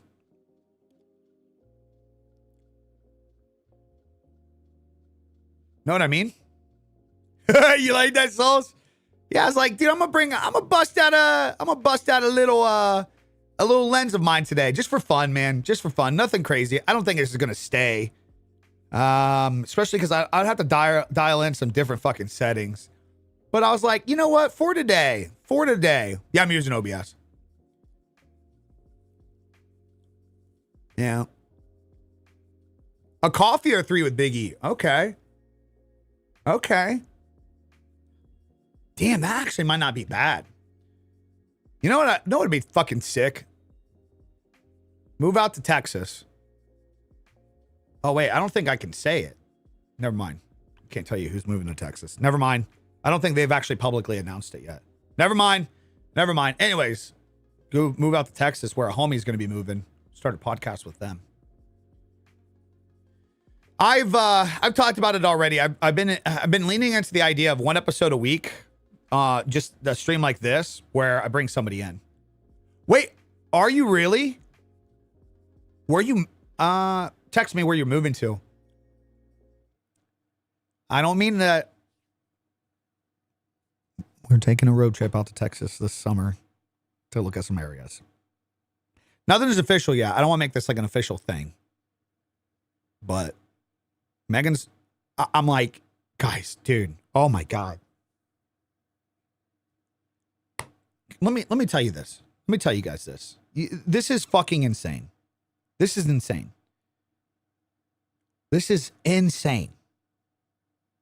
People, some of you guys are about to shit. Some of you adults in here, enjoy the heats. Fuck, give me the heat if it means this. Are you ready for this? Listen to this. 4 bedroom. 2 bath, 2,600 square foot, 7 acres for $325,000.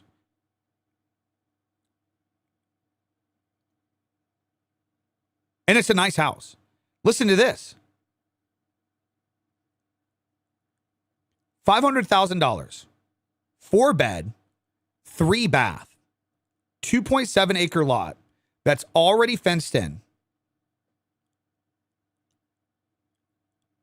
with a guest house and a like backyard oasis.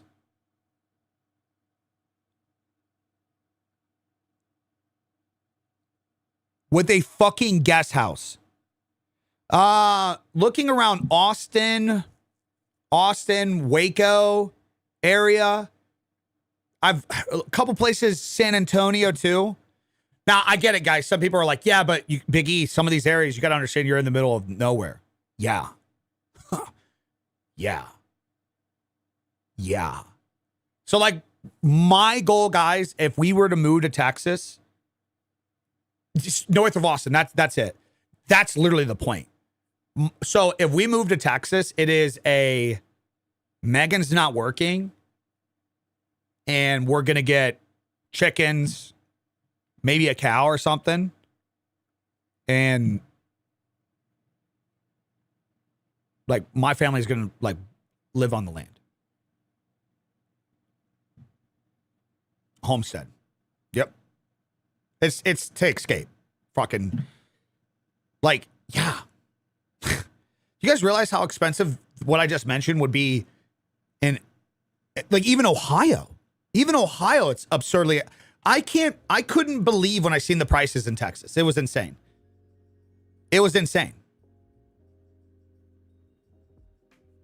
It's crazy. It's crazy, isn't it, Ish? Here in Charlotte, oh my God. A 4 bed, 3 bath with like a fucking less than a quarter acre lot, dude, you're paying $500,000-$600,000 just for that. You guys also have to understand, like, for everybody that's like, you'd be the furthest drive away from this. Guys, I grew up in the Midwest. 30 years of my life, where I'm from, you don't have coffee shops in your town. You don't have McDonald's in the town that I grew up in. If you want to get fast food, you got to drive 20 to 30 minutes away to get fast food. It's not the cheapest, though, because farmland. Midwest is not the cheapest. That's the thing that screws you in Midwest. Like where I'm from, it's like Farmville. Bro, like $20,000, $30,000 an acre. It's insane. Even down here in North and South Carolina, you can get like $10,000, $15,000 an acre. And out in Texas, apparently it's a completely different fucking world. It's because the land's not as valuable. But like in the Midwest, like your rate of living is hella cheap, but land is just so expensive. So expensive. Big Mac choke on you. I fucking hate you guys. Yeah. 20, 30 minutes drive from the nearest thing. Yeah. Yep. It will always be expensive. Midwest soil is the best around. It is. Yeah. You're paying for the land. The housing is actually really cheap. Like building a home there is actually pretty cheap, man. West Michigan. Oh, dude, that place is fucking beautiful. Holy shit, Pat. Oh my God. So funny. Like growing up in Ohio, everybody shits on Michigan as like being the disgusting state, like an ugly state. Majority of Ohio is actually ugly. You go up northeast Ohio is pretty nice, and southern Ohio is nice. You get in the rolling hills and shit down there. Bro, Michigan is beautiful. Beautiful. Well, that's the thing about Ohio. You get some good land there. One, you're holding your value on land forever. Like that will go up. My grandpa was a farmer. He had over 100 acres there. So yeah, dude, farmland is insane there. But where you're talking cheap is like your day-to-day shit is so cheap. So cheap. Your taxes, all that shit is so cheap in the Midwest, in the middle of nowhere. Very cheap. Bro, I mean, guys, when I go back home, where I'm from, bars are still charging like $2, $2.50 for like a fucking pint of draft beer. Bro, some of the bars that I grew up in, even though I don't drink, still obviously see the prices. Some of the bars that I grew up in that had dollar PBR specials when I was 21 years old, 21, when I was of legal age. That was 15 years ago, 16 years ago, hypothetically. Some of those bars still have a dollar PBR special to this day. That's the only thing. The $2 pitchers. It's insane in Ohio, dude. It's insane. It's like land has caught up, but that's also too why mom and pop shops go out of business all the time. They price everything like it's fucking 20 years ago. It's still like you get a pizza there. It's still like a large is still $12. It's fucking crazy. Crazy. My brother bought a house on 1 acre for $130K and he just got an offer for $350K because of the land. It's insane. And what's crazy is they probably just want to fucking demolish the house and build something on the land. Wait, really? Missouri's expensive? I used to go drink on UT campus because it was cheaper.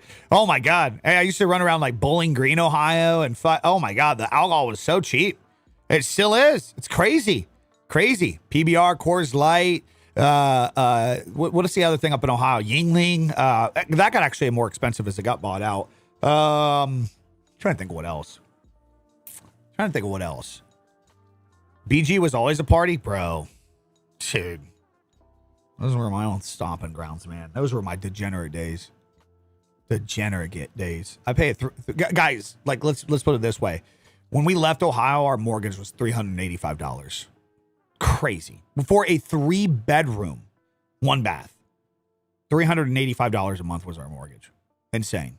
Yeah, you can find really cheap property there for sure. For sure.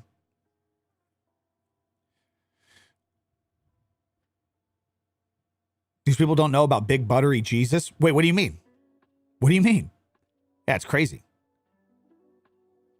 No, still haven't touched grass. Your dad's waiting outside though. I will go out there in just a second. I'm gonna roll around with him. I promise. Don't you worry, sir. Don't you worry. I used to drink at a bar in Indian Trail that always had $2 Yinglings. Wait, Indian Trail or Ohio? It's funny. There's an Indian Trail down in North Carolina too. What a house on 1 acre. Oh, wait. What just? Hello?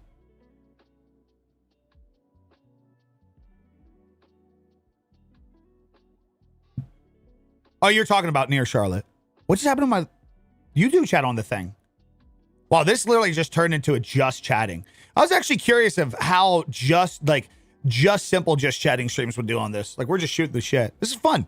I miss doing this, man. Will you ever make a video on best editing software? No, because, dude, it's super subjective, man. It's super subjective. Bro, I know people that are generating 7 figures a fucking year, and they're just editing shit off their phone, brother.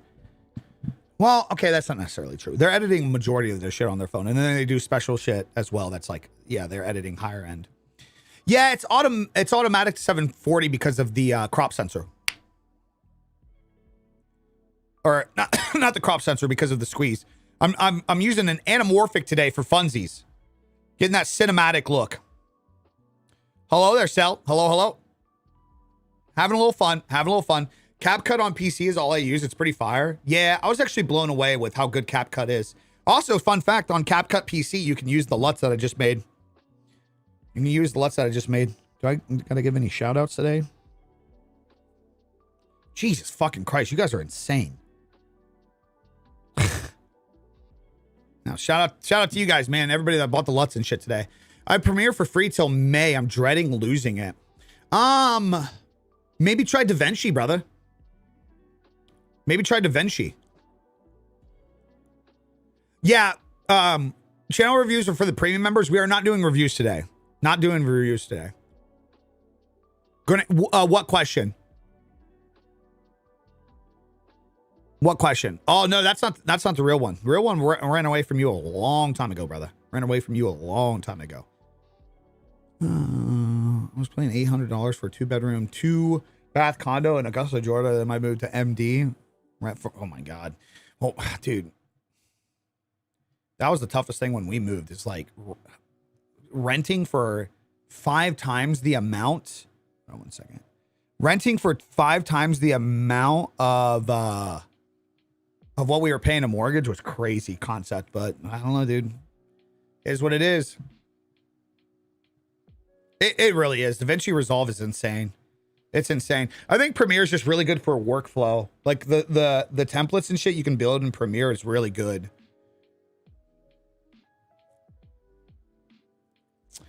So do a lot for no money. Try it. Want more? Okay. So there's a free version and a paid version on DaVinci, huh? Is that right?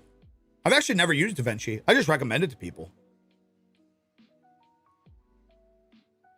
Yeah, it's a lot to handle, Org. It's Ogre. It's a lot to handle.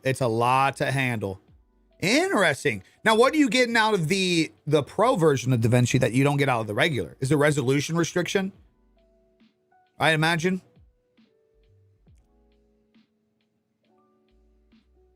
Yeah, I mean, I paid for an Adobe subscription for 16 years now, 17 years now, because of starting off in graphic design. And by paying for the full suite, I had Premiere, so I just learned everything in Premiere. It is what it is. Premiere sucks. Oh, I don't know how I made fucking $200,000 off of using it, but I guess Premiere sucks, man. Bro, my literal motivated me so much to start streaming. I don't know will I reach my goals, but I started because of you. Hey, man, appreciate it. Call me a Chad. Love that. Restricted to max 4K on free version. Gotcha. Wait, you can still do 4K? You can go up to 32K HDR with Studio, tons of AI features and in-depth multicam stuff, but most don't need those features. Yeah, dude. Magic Mask. I assume that's their masking system.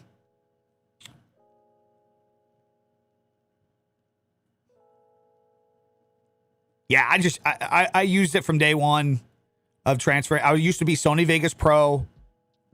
Switched to the Adobe suite. Been using it for years. Yeah, I mean, brother, Twitch is the #1 place to stream, right, Mazin? So I do use my Mac daily. But I have actually transitioned lately into where I've started to just set everything up on this PC, and I've been using my PC. Yeah. So I use my Mac to like airdrop shit to my phone. So I use Google Drive to just make it easier. So everything that I do, I put on Google Drive. I play for the big bundle of that. So B-roll, everything that I upload, like all the verts and everything, goes into a folder on my computer that's connected to Google Drive. So then I get on my laptop, I get on my Mac, open up Drive, and I airdrop it from Mac to phone. So that way it's just easy transferable. So I don't have to. I think there's a Bluetooth way to. Isn't there a Bluetooth way to connect a PC to your iPhone? I had a video hit 1.3 million on Instagram. How can I capitalize on it? Depends on the video. Some videos are like top of the funnel type shit, type pop off. Other ones are like, yeah, you there's a rhythm with it. Like it's a complete piece of content that's completely isolated to what you're doing and you can replicate it.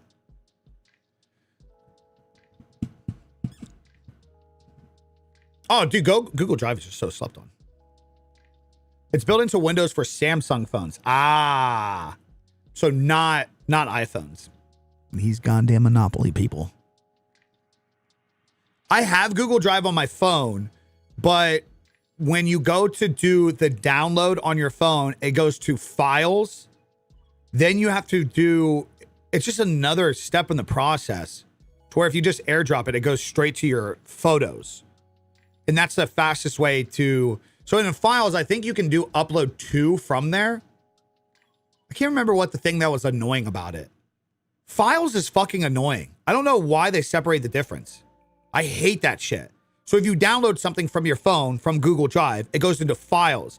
But like if you go to the social media platform, you can't just go to your files because your photos are different from your files.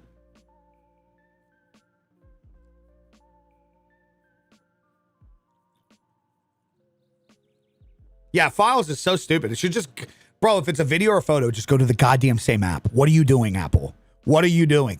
I understand like PDFs and shit like that. Wait, what's CapCut Cloud? I assume it's just probably like fucking. I know I'm asking, but I assume it's just fucking. Just like what you call it? Google Drive? Oh. I just literally took a drink of nothing. Jesus Christ.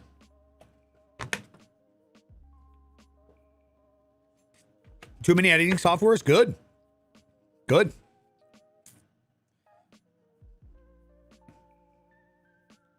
All right, guys. 1:30. It's time I lock in for the week. I actually went longer than I thought. Holy shit. I only wanted this to be like a couple hours.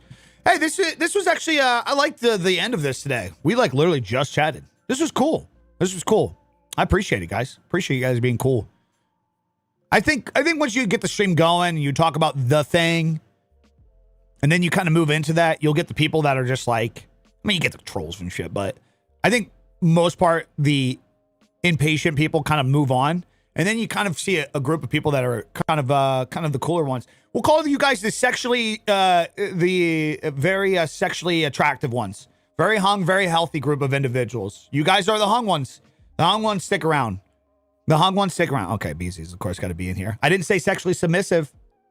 So, didn't say that. Didn't say that, BZ. So, no reason for that. Very hung we are. Very hung we are. Yeah, gang. Dude, moral of the story today. It's Monday, guys. It's capitalization today. Focus on one thing this week you guys need to improve on. Your hooks need better. Your retention needs better. You want to stick to a schedule. Focus on the one thing this week. Guys, lock it in, man. Lock it in. Monday should be encouragement. Get ahead of the fucking pack. Set some structure. If you guys need a little help and direction with that, I do have the blueprints available. Streamer and creator blueprints are both on my site.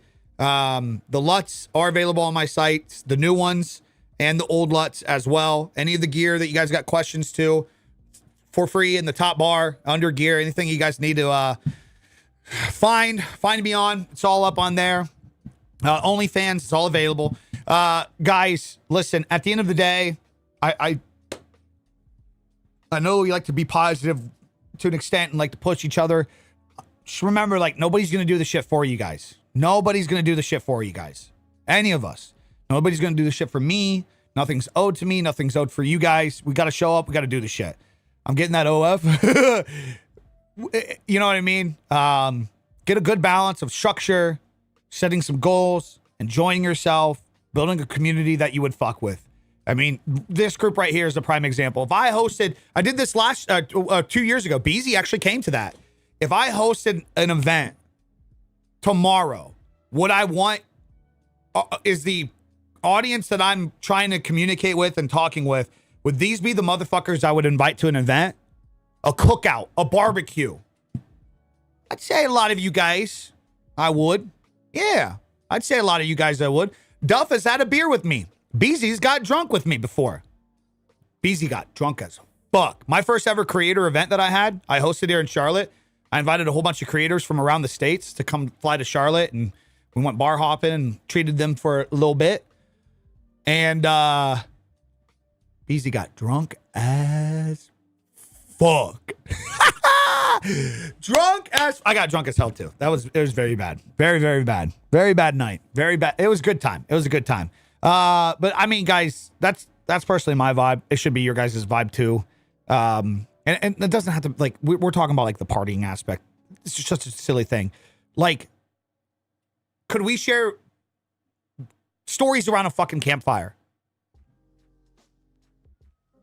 That's the environment that I want to have. That's the community I want to have. So focus on that shit, guys. Focus on treating your community and your viewers like your homies. Yeah, I hope this was helpful. Hope we're locked in for the week. Everything is on my website. Let's get busy this week. Capitalize on some shit. Love y'all. I'll see you guys in the next one. Peace. Peace, peace, peace.